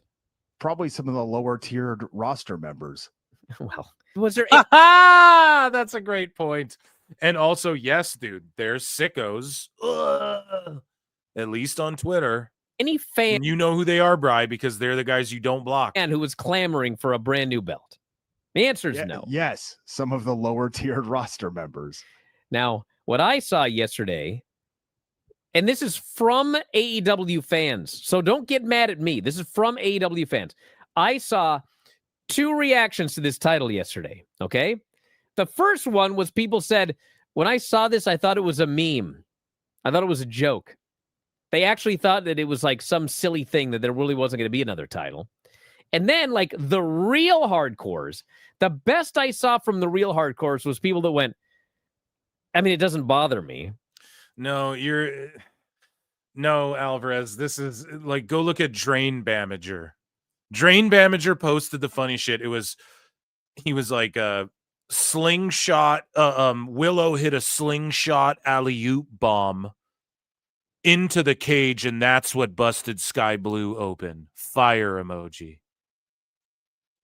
Like unironically. And it's like, what's fire about that? I don't get it. Like, you had to go back and like scan through the tape of what happened, because that move wasn't fire and wasn't memorable when all was said and done. So much shit happened, you forget that even fucking happened. People forgot even where she got busted open. And yeah, like when you look at sickos like that, and there's wackos who do that too. When like TKO announces $58 billion deal with Saudi Arabia, you get a bunch of wackos who go, fucking fire, like new, levels, new deal, blah, blah. It's like, who cares? I don't give a shit. What does that do? It just makes the tickets more expensive for me. So yes, there are sickos who put both shits over. And when you pick a lane like that, when you stan or hate super hard one way or the other, those accounts all get like 20 fucking K followers and shit. Like some of these accounts are fucking huge. And all they do is just like, oh man, new belt, casino gauntlet again, flame and shit, That's your reaction. No real It taste, doesn't just bot bother taste. you. That means you don't care. That means right. And Bryan coming to the conclusion that I came to so long ago, that I've tried to explain so much on PWT live show every Wednesday and Saturday, and Dave Meltzer Dumb Moment of the Week, like, you don't actually care then, do you? And most of them will admit that. These sickos on Twitter, if Bryan actually engaged with these folks and didn't just look at them as marks, and that's why he's doing 50% fucking fire sales, he would realize, and if it wasn't just fake Wrestling Observer polls, 30%, he would realize that they don't care. Most of them will admit, like, if AEW goes away, there'll be another promotion. I don't care if they do bad business. I just really like it, and I think they're putting on the bet. And it's like, okay, so then just go look up, like, move highlights. Like, what the fuck is this? If you don't care, then don't. What? Like, then, you can't preach enjoy all wrestling and then just be like, well, if it dies, I don't care. It fucking whatever. I thought the whole idea was like, support everyone. They're good for the business because people are getting paid. But even they'll say it, like, if it goes out of business, it makes no difference to them. Okay, why cater to those people? Right? Like, cater to the people who want more AEW and want to see it actually grow and do good things.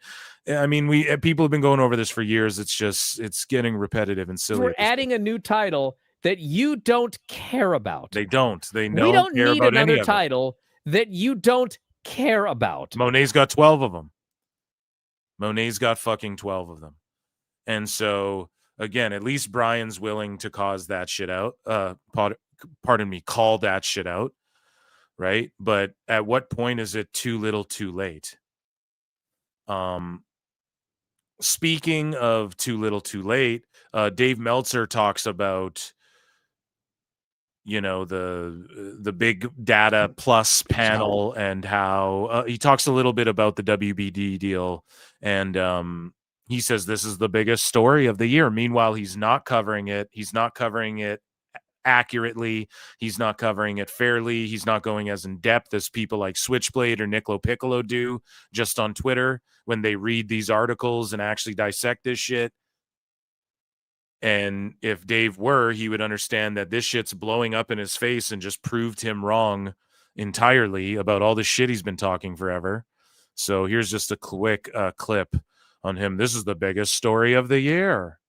But yet he'll spend more time talking about, and he'll take more clips of him talking about deliberating between Triple H or Tony Khan for Booker of the Year, like it's even up for discussion. It's how Nielsen is doing this now, and that's not going to change. I mean, really, when it comes to the wrestling business, that's one of the biggest business stories of the year. And for long term, it's just huge, because this is a business that relies on that revenue more than anything else, far more than anything else. So then you're wrong. And when BJ Bethel lies about the numbers, so it does no help to lie about that, Dave, and pretend, it's going to hurt them huge, but I mean, there's millions watching on Max. Like, what do you say then? All the metrics are trending downwards over the years. Slowly. Down. WWE has 1 week where they sell 4,000 tickets. I mean, the peak period's over. You guys are going to hear Dave say that. The peak period's over for WWE. He's going to say that in another clip I got for you. The peak is done. What the fuck? SmackDown's back selling 10,000 tickets. The holiday tour's clearing 6,000 tickets and shit for some of these shows, more than AEW's next pay-per-view. Why even put these logos next to each other, dude? One is an indie that's on television right now. So, you know, I mean, and, you know, the one good thing is they signed those deals last year, because if the way the deals had come, if these deals would have been being negotiated in 2 months instead of a year ago, it would hurt WWE as well. You fucking clown. I mean, WWE, AEW would be fucked, right? It's a good thing because why? Because their ratings are way down and it's not a hot product. And I don't even like calling it a hot product. I don't like that. You know, it's just not good all around. And meanwhile, we just get told by people that WWE's evil. And we look at them and we're like, they're not really doing anything evil. And then we get told how great AEW is and it's the best wrestling. And if you're a smart fan, then you love AEW. And, Poor people don't like AEW. And it's like, then shut the fuck up. Just say this. Don't bring up WWE. Don't put WWE's logo here. Just talk about how AEW, their ratings are fucked and their TV, they could still get canceled off TV. It's fucking TV, bro. What happens if Netflix buys WBD and then they own that 5% of AEW? Or how the fuck is that going to work? Right? Like, what happens there? What do you think's going to happen? Like, Dave is clueless, man. But it would greatly hurt AEW. It's how Neil. And again, he's just like, oh, it's a good thing those deals were negotiated then. Yeah, you're goddamn right they were. And so speaking of WWE, as I mentioned before, Dave is like, the peak of WWE's over. Triple H can't book. And he's just pushing this narrative because at the end of the year, he wants to give Tony Khan Booker of the Year again. He's been waiting to do it. When has Tony Khan won Booker of the Year? We know in Dave's heart and soul it's every year. Okay, but what years did Tony Khan win Wrestling Observer Booker of the Year award? And again, we're asking Grok, so if it fucks up, then 2020, 2021, and 2022. I mean, arguably, sure, maybe like the first 2 years, but again, like how much of that is Cody Rhodes and shit?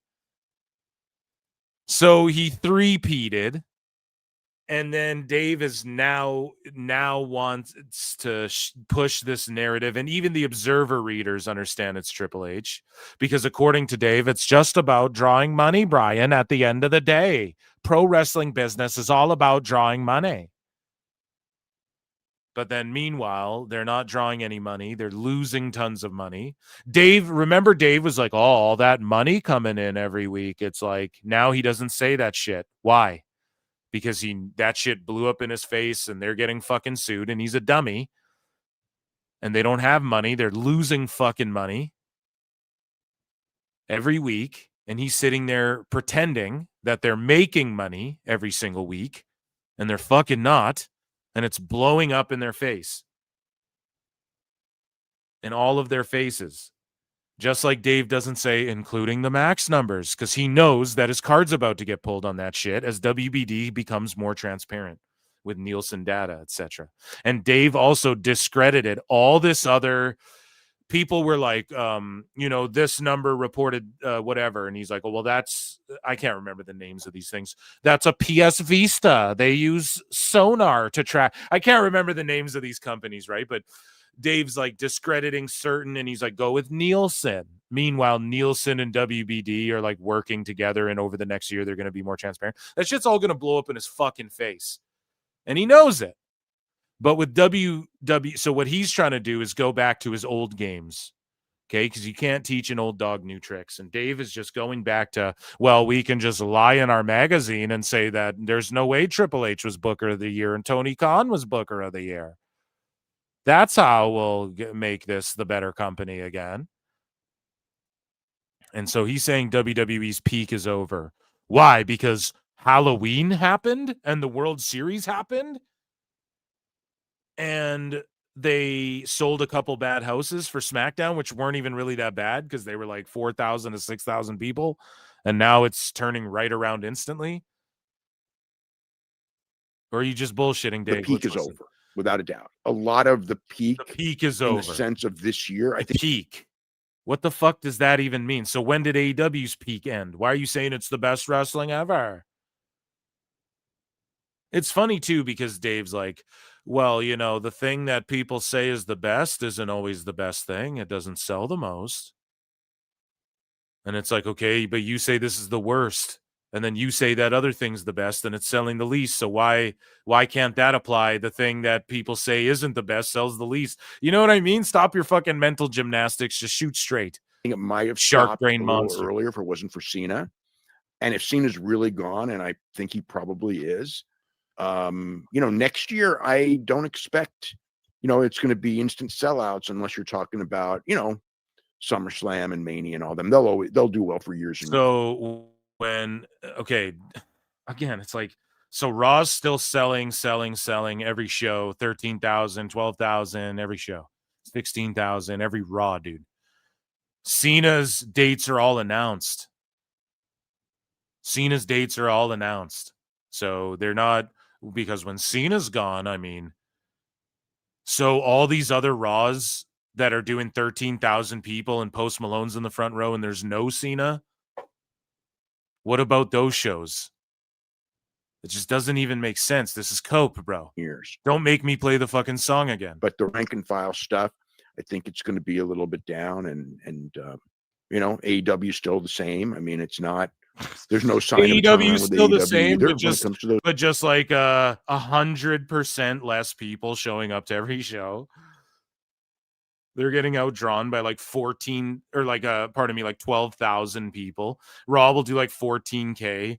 Dynamite will do like 2K.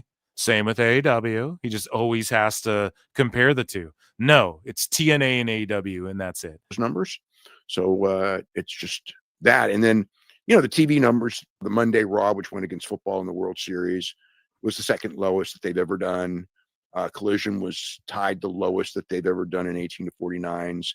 SmackDown was the lowest that they've ever done on USA across the board in pretty much everywhere in every category.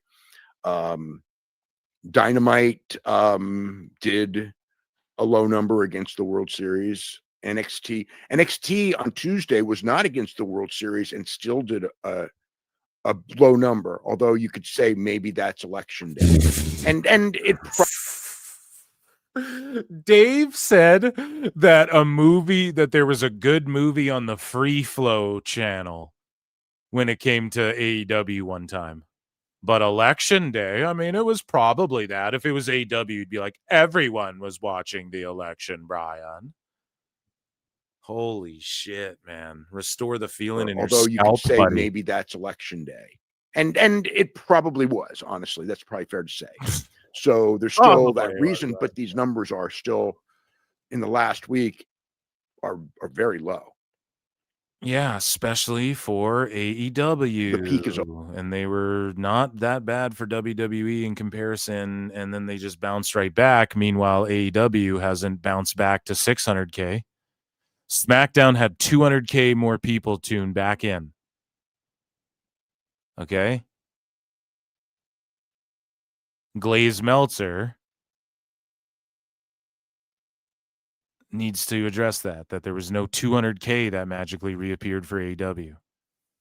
So speaking of who's the better booker, man, I've been teasing it all night, and then we have his glaze of blood and glaze and guts, I guess, right? Triple H and Tony Khan have two different booking philosophies. So let's hear Tryon Bryan and old Dusty Dave break down the differences between Triple H's and Tony Khan's booking philosophies. So Triple H said, I don't book to have great matches. I book to have great storyline. Right, because I'm just going to own everything, whatever these assholes are going to say right here before I can even get 10 seconds through this clip.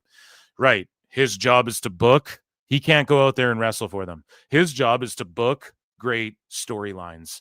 And then the wrestlers go out there and it's their job to have great matches. You can't book great matches. That's what we learned about Tony Khan. Anybody can take Universe 2K Universe mode, and I can put Umaga versus Yokozuna, and oh my God, what a match, and 5 stars. Anybody can do that shit. Could you imagine? Oh, if Kyle O'Reilly versus Moxley. We were supposed to see it on the main roster of SmackDown. Anyone can do shit like that. Anybody can match make. Well, that used to be the cope too. Tony Khan's a great matchmaker. What the fuck? What does that mean, dude? The matches make themselves if everything else is in order. Okay? A lot of the time. And there's bookers who see 2 guys. Oh, we can draw money with the both of them. But it's not by just, okay, we just put them in the ring. It's fucking, how do we get them in the ring to where they want to see this guy's head get ripped off and they want to see this guy rip this guy's head off. Jesus fucking Christ, guys. How is this so hard to understand? How come I study the business better than you fucking clowns? I don't get it. And Bryan's about to cope. He doesn't book for good matches, or maybe he doesn't. I don't know. But if anybody thinks what Triple H is saying is stupid, you're fucking dumb. He's not wrestling for them. He books good storylines, great storylines, and then the wrestlers go and have good matches and have great promos and do their part. That's where they have to take the ball. Like, hey, we talked about it earlier. You can write a fucking movie, cast the wrong people, they fuck it up. Just like you can have a shitty movie that's poorly written and maybe the directing isn't that great, but the cast is like fucking so good that they pull this thing together, or it becomes like a cult hit or something like that. Right? But it's a two-way street, or like both. It's they both need to do their jobs. Triple H's job isn't to be a wrestler. And you guys think like, well, putting 2 matches, I mean, well, shit, on the indies, they put Cardona against Cross. Yeah, and even they're cutting promos online and trying to tell a story online. Even they're doing that because that's what you have to do to get people invested, dude. Okay. When you have confidence in your locker room, all of the matches will be good. Boom. Lance Storm just succinctly said it right there. Regardless which ones you book. So he's saying he's booking. The focus is for the story, trusting that they will actually be still good matches. Yes. The other way to book is to look at your roster and go, is he about to bury Tony Khan? I can't wait. Thank God he has this show. So here's the thing. When Bryan eventually takes over the keys to the kingdom over there at Observer and they're doing 75% off sales, does he shoot straight and like bury, or does he just bury both shit? Like, do you guys think that he will still bury NXT and then bury AEW like the way he does? Or do you think, but here's the thing. He's still white knights for AEW and he white knights for the Fed bad shit, which he doesn't get a pass for. Even when here's the thing, because last week I got slapped in the face with Dave getting all the bass Meltzer flutes. So even when on this show, I'm giving Bryan effort or I'm playing a bass Meltzer flute, there's still chuckle fucks. Okay. Just always remember that. All right. That's all I need. I got 2 awesome guys. I got Takeshita and I got Okada. Therefore, I'm going to book a storyline that results in them having an incredible match. Okay. Right. But here's the problem with that. The people who can do the storyline and then do the match, those are 2 different things. And sometimes you need a Jey Uso who might not be the best wrestler. You can't always take Takeshita and Okada and go, they're similar. Aren't they similar? Oh my God, they're similar. He's like the future Okada. Give them a great storyline. You can just wipe your ass and there's a storyline. Some people don't have chemistry. Ric Flair and Hulk Hogan were the 2 greatest of all time. They didn't have the greatest storyline in conclusion because what you're trying to do is go at the end and work your way backwards, which doesn't always work. And it doesn't, I mean, you can have an endpoint. I want to get to these 2 wrestling each other eventually. Okay.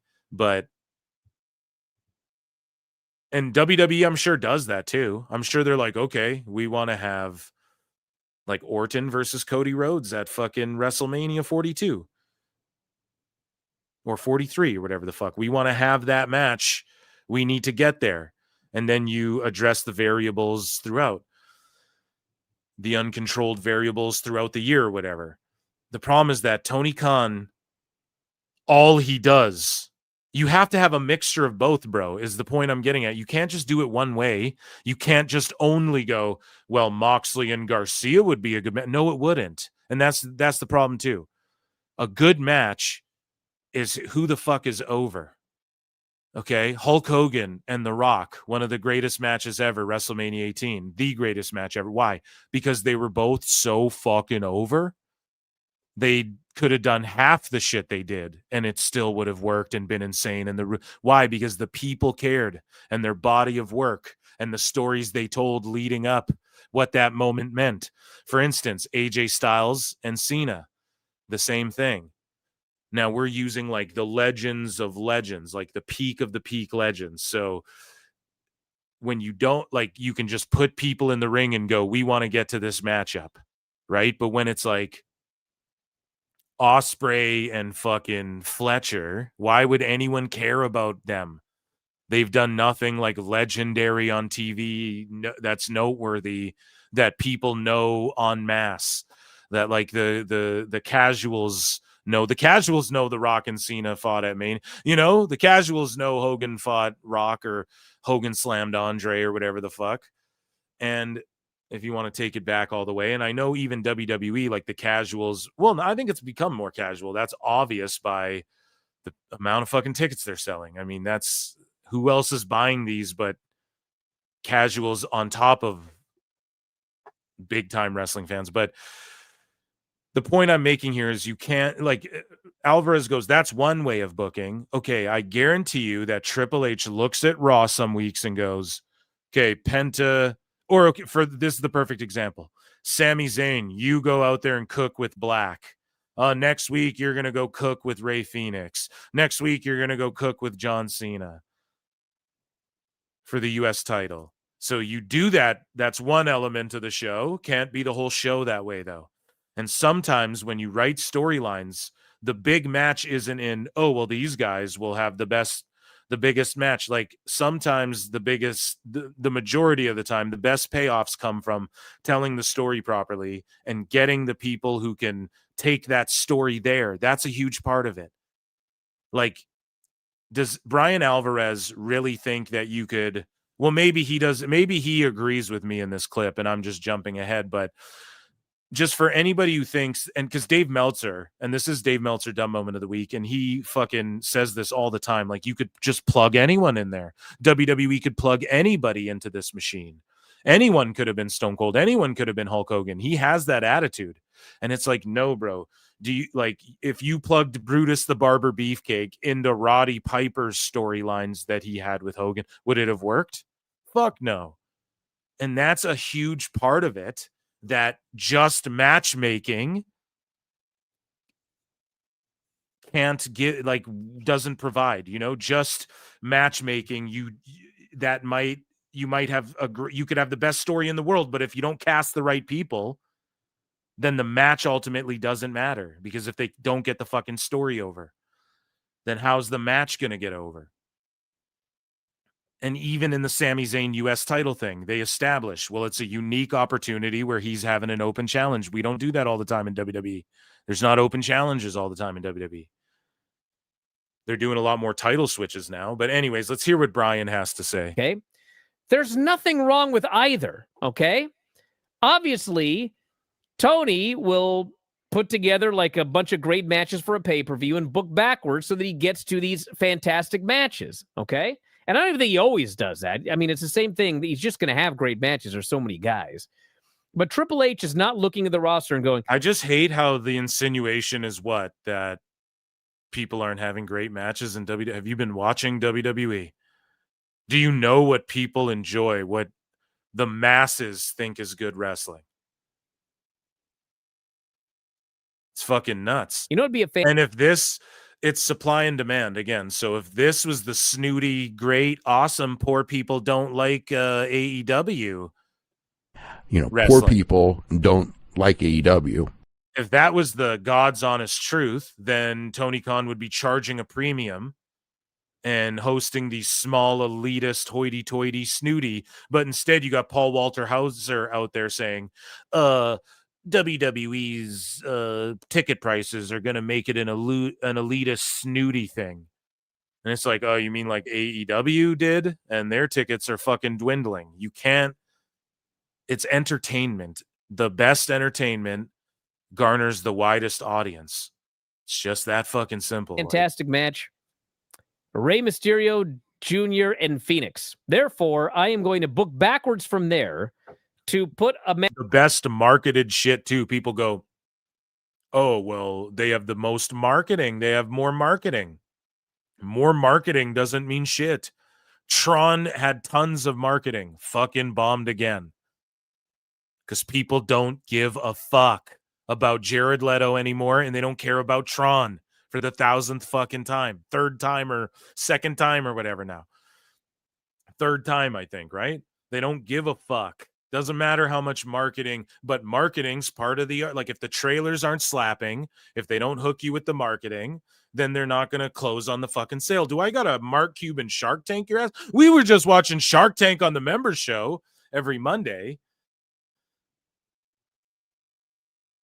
on Patreon and YouTube. But it's like, do I got to break this shit down Kevin O'Leary style? Like, come on, man. Match with these two guys together that I know will be great. That's all he's saying.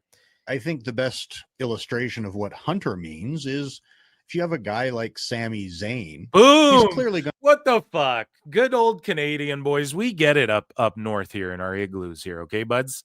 Going to have a great match with anybody.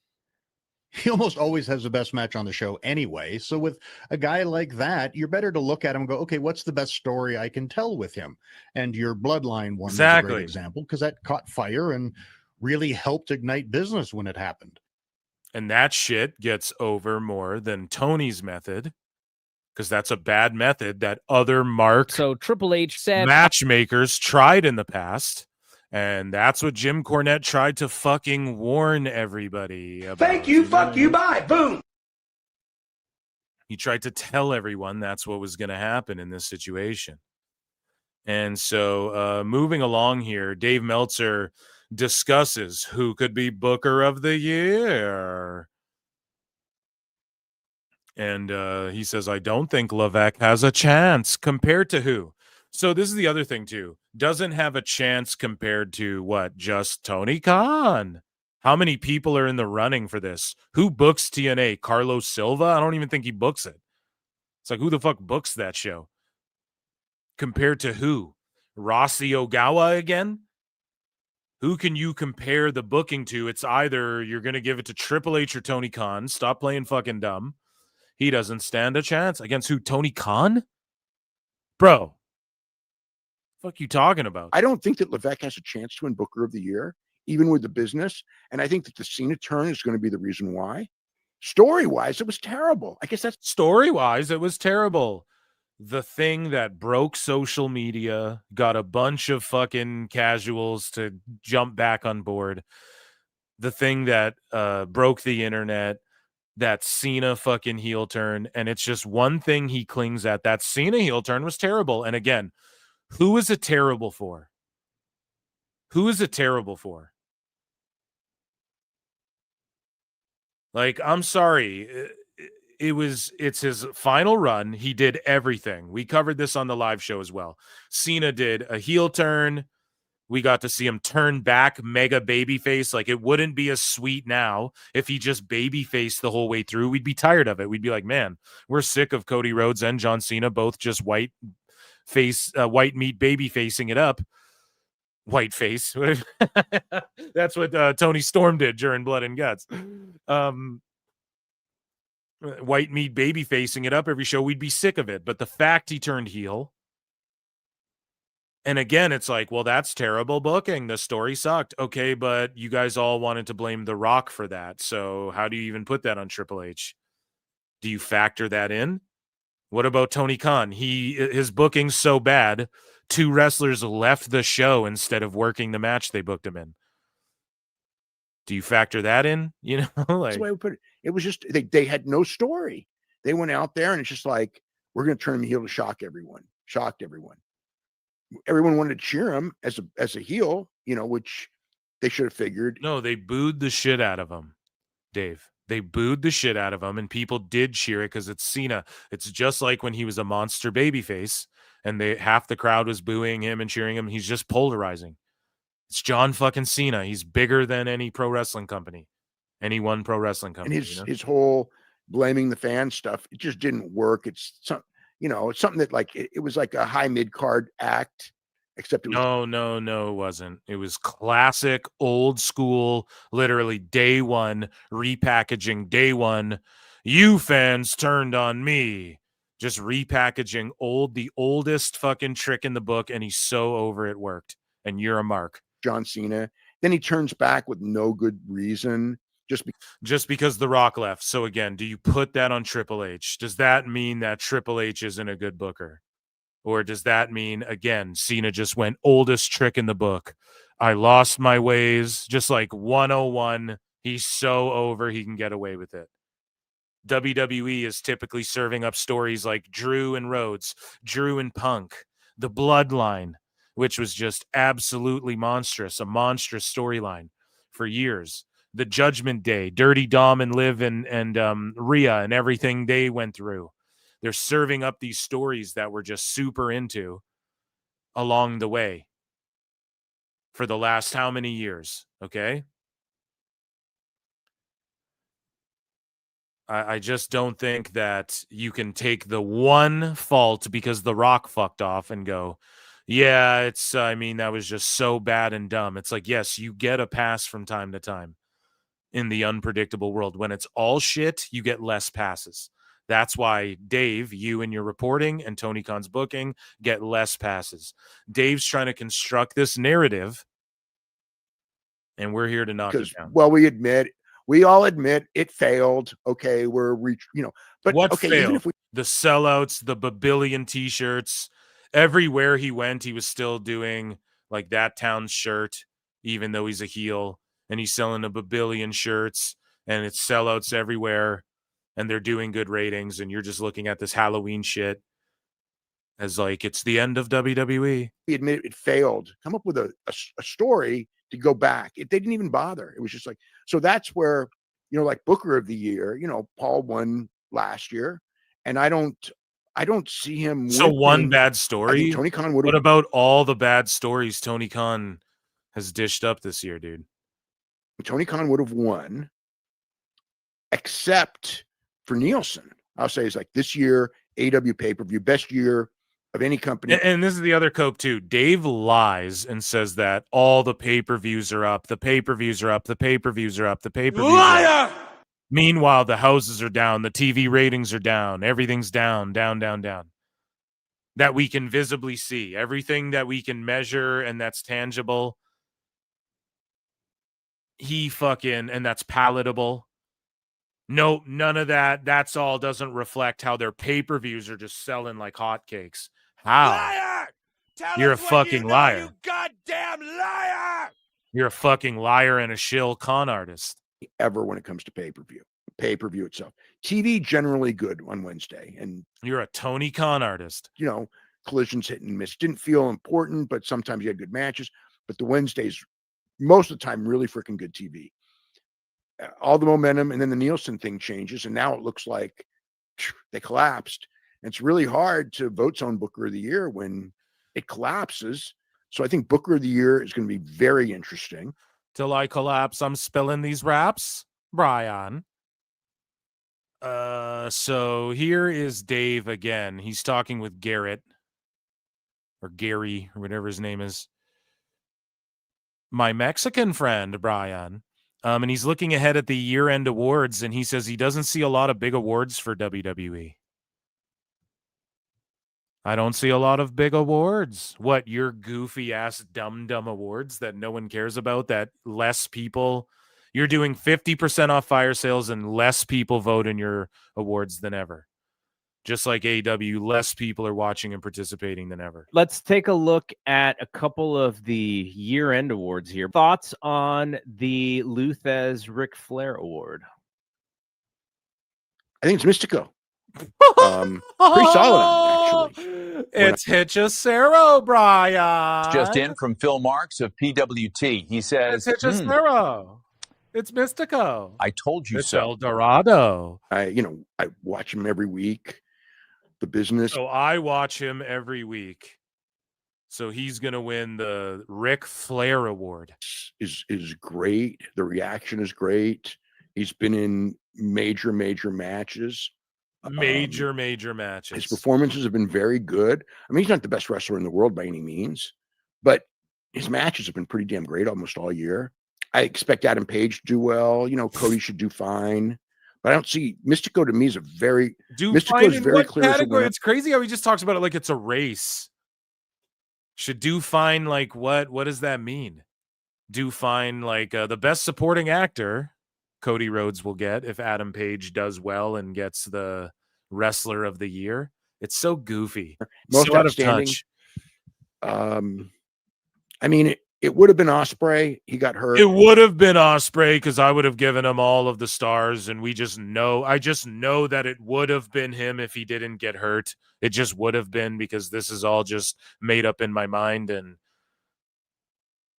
I just would have just given it to him. And rigged the ballots. I think that my feeling the sentiment is going to be Takeshita, Bandito, Moscow Dorada. Kyle Fletcher's up there. Adam Page is up there.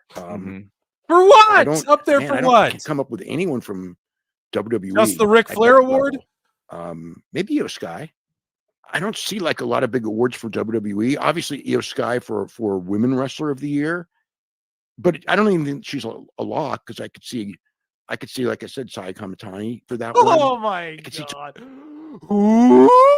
Tony Storm. Tony Storm for that one. I know some people may vote for Mercedes because she won all those belts.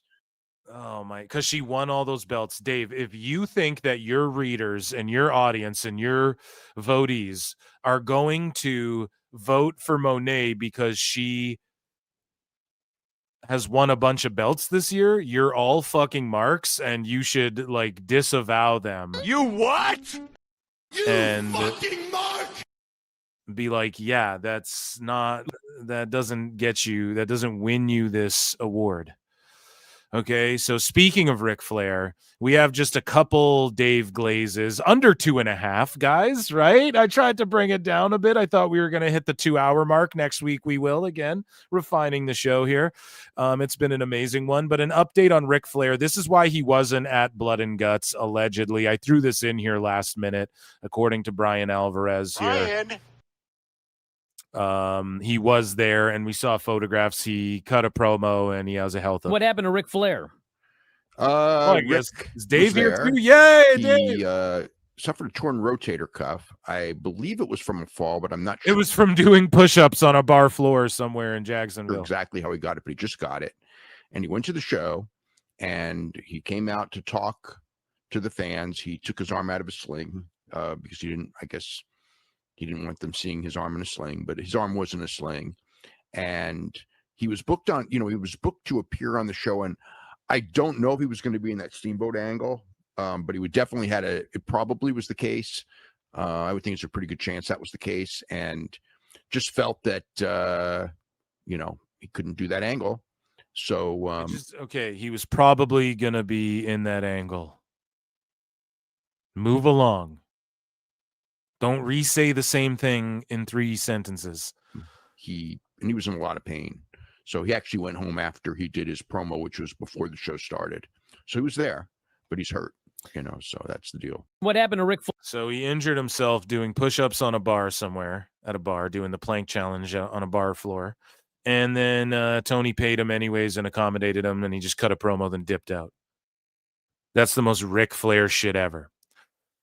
So Brian and Dave and, Dave Meltzer, there's another clip or a quote going around, and I'm sure he'll clip it, but he was talking about like, AEW, they just deliver time and time again when they play. Meanwhile, all the sickos hate on only 3 matches. Only 3 matches on a PLE? Oh, I watch my wrestling show to see wrestling.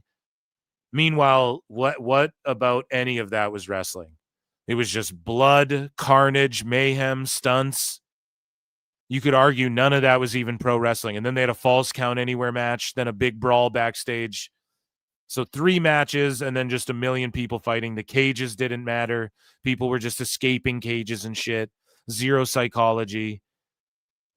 Nothing fucking mattered. Just carnage and mayhem front to back, which maybe isn't a bad thing. And all the sickos, and on Cage Match, the Blood and Guts Dynamite got like a 9.5 rating, and all the sickos just loved it. One of the greatest dynamites of all time. And it's like, man. It really, and then with the overrun too, like, no, man. You guys, this show went long. That's criticisms that you would give to WWE for being too long back in the day. These shows are too long. Okay. This shit went too long, and it was just 3 matches. It's just another thing that they would use against WWE. So I don't want to hear this bullshit about, like, I want to watch wrestling on my wrestling show. I guess it was just wrestling front to back, except for that Steamboat part. But then that was just a schmoz too. Like, that was just a bunch of people brawling in the end and hitting punches on FTR and shit. So, yeah, I mean, what more can I say about that shit? The bed of nails was stupid. The fucking people, like, immediately people are leaving the cage, and the cage just means nothing. It was fucking stupid overall. And I don't think anybody got more over from that shit. And I'm okay with blood. I don't care that sky blue bled everywhere, but like, she just is known for doing crazy. She's known for getting landed on and breaking her leg, falling in the barbed wire, getting caught in it, and being stuck and needing help out from the fucking barbed wire. She's known for cutting herself open hardware and just gushing everywhere. And then other girls on the roster are known for doing crazy hardcore shit too. Toni Storm stapling pussies and doing the kickboxer spot where she's dipping her hand in glass and punching people. And Dave thinks this is like cool and, oh, this match, this whole show, AEW delivers. Bro, more people are turning this shit off than ever. Tony Khan. You could not be more out of touch, delusional, and just unknowing of what the fuck is going on. So let's watch this final clip here of the evening. And yeah, Brian says this shit. One thing you can say about AEW is when they advertise something, they deliver. Dave was glazing it more in this other clip. It might actually be in here, but I was like so disgusted by it. I was like, oh my God. But he just said like one thing at the end, so I didn't include it. But here we go. Blood and Guts was 2.5 hours, and it was probably the bloodiest, craziest wrestling television show that maybe has ever aired. Oh, that's going to help them so much. That's going to help them greatly. Come the deal and the fucking splitting of the companies and with the TV ratings and the attendance is what they are. That's going to help them so much, Bry. 2 Blood and Guts matches. And the one thing you can say about AEW is when they advertise something, they deliver, because these were great matches. Even they really weren't, David. They were not. They really were not, dude. The first one, the women's, was really good until Monet came in, and then Marina came in, and they both just fucked that matchup. And 6-on-6 is too many people. The men's match had a bunch of people no one cares about. Darby went through fire tables because he's a fucking mark for himself. And they left the cage and climbed up the stage and then threw him off the fucking stage. Like we haven't seen shit happen, or threw him onto the stage from they were trying to do Here Comes the Pain or whatever, like the SmackDown fist. They were trying to do that sort of thing. And it was cringe as fuck because it made no sense. And it meant the cage meant nothing. We'll throw him off the cage then. Why the fuck is the cage there? It's just stupid. They had to put out a warning saying, hey, you're responsible. Tony Khan goes on television and legit for a shoot says, I feared for my life at a wrestling show. And then aired the footage and a table got wobbled in front of him. A desk got bumped in front of him. And he went on TV and said, I feared for my life at a wrestling show. Meanwhile, he puts up warnings before this show. Hey, if there's any debris or anything crazy like fire or fucking anything flies at you, you assume all responsibility. If you lose an eye from whatever these fucking bumblefucks do in this ring tonight, and some shit, fucking something goes flying at you or your kid, you're responsible for it. Meanwhile, dude feared for his life. Buddy feared for his life when a desk got bumped. It's a fucking joke. You're not allowed to say they delivered, man. Oh boy, what amazing wrestling. It's a clown show. Guts. These weren't the war games of the 80s. I kind of wish they were. I kind of liked those war games matches, where it was just no weapons. You didn't go out of the cage. You actually fought in the cage. You did your crazy brawling and everything like that.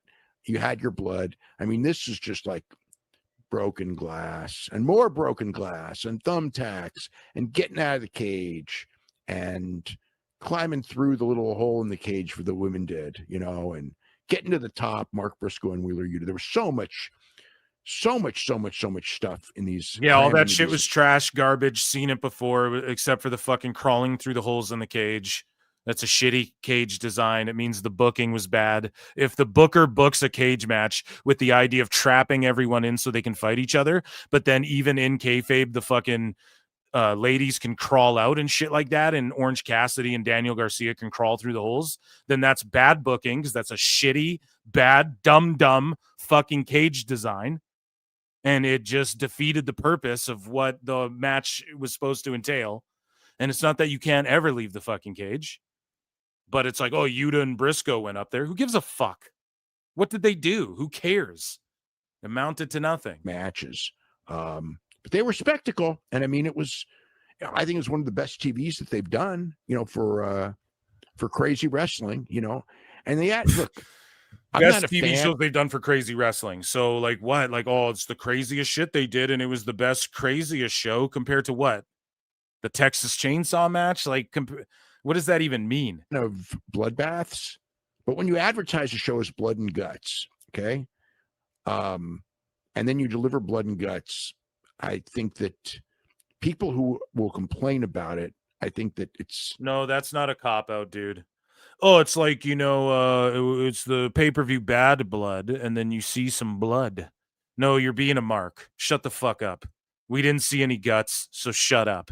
We saw blood. There was no guts, so don't do this literal, what is it, Amelia Bedelia, right? And it's like that old kid's book where she takes everything seriously or whatever, like literally.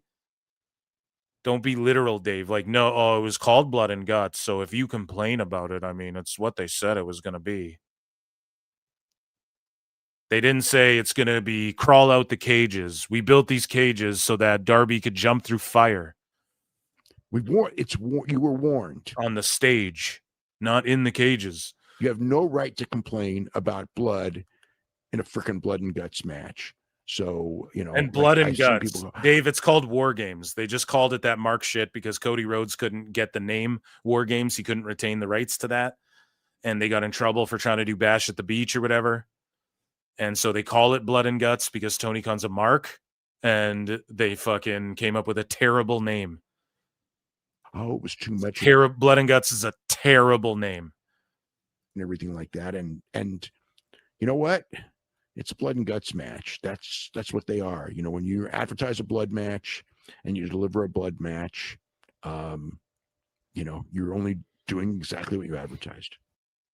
So people can't be mad at it. Yeah, they can still say it's garbage. And yes, they are doing what they're advertised. Blood and Guts was. But the problem is that, just like you, Dave, what's advertised is crusty, musty, dusty, and rusty. And that's why we'll forever clown you, Dave. You're shilling, even though you got some based Meltzer flutes last week, none this week. Because you fucked up. You spurged out, you melted down, you shilled, you showed your cards. And the fact that you think Tony Khan, after some shit like that, could be considered for Booker of the Year is a travesty. And that's why we play flutes. And that, ladies and gentlemen, was Dave Meltzer Dumb Moment of the Week. We cooked them. We burnt them up. It's going down. 75% off coming soon. ladies and gentlemen, I want to thank everybody who tuned in. Make sure to give this a good rating or like or subscribe or tell a friend. I've been your host, Phil Marks, close to 2.5, trying to keep it lower. Next week, we're going to hit 2 or below, I promise. Ladies and gentlemen, thank you for tuning in. This was another edition of #DMDMW.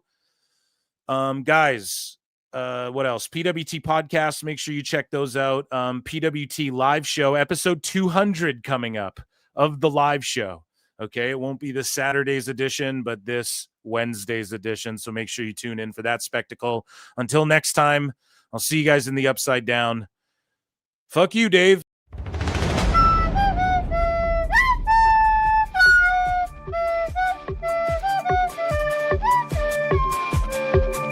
Oh my God, it's the greatest thing I've ever seen.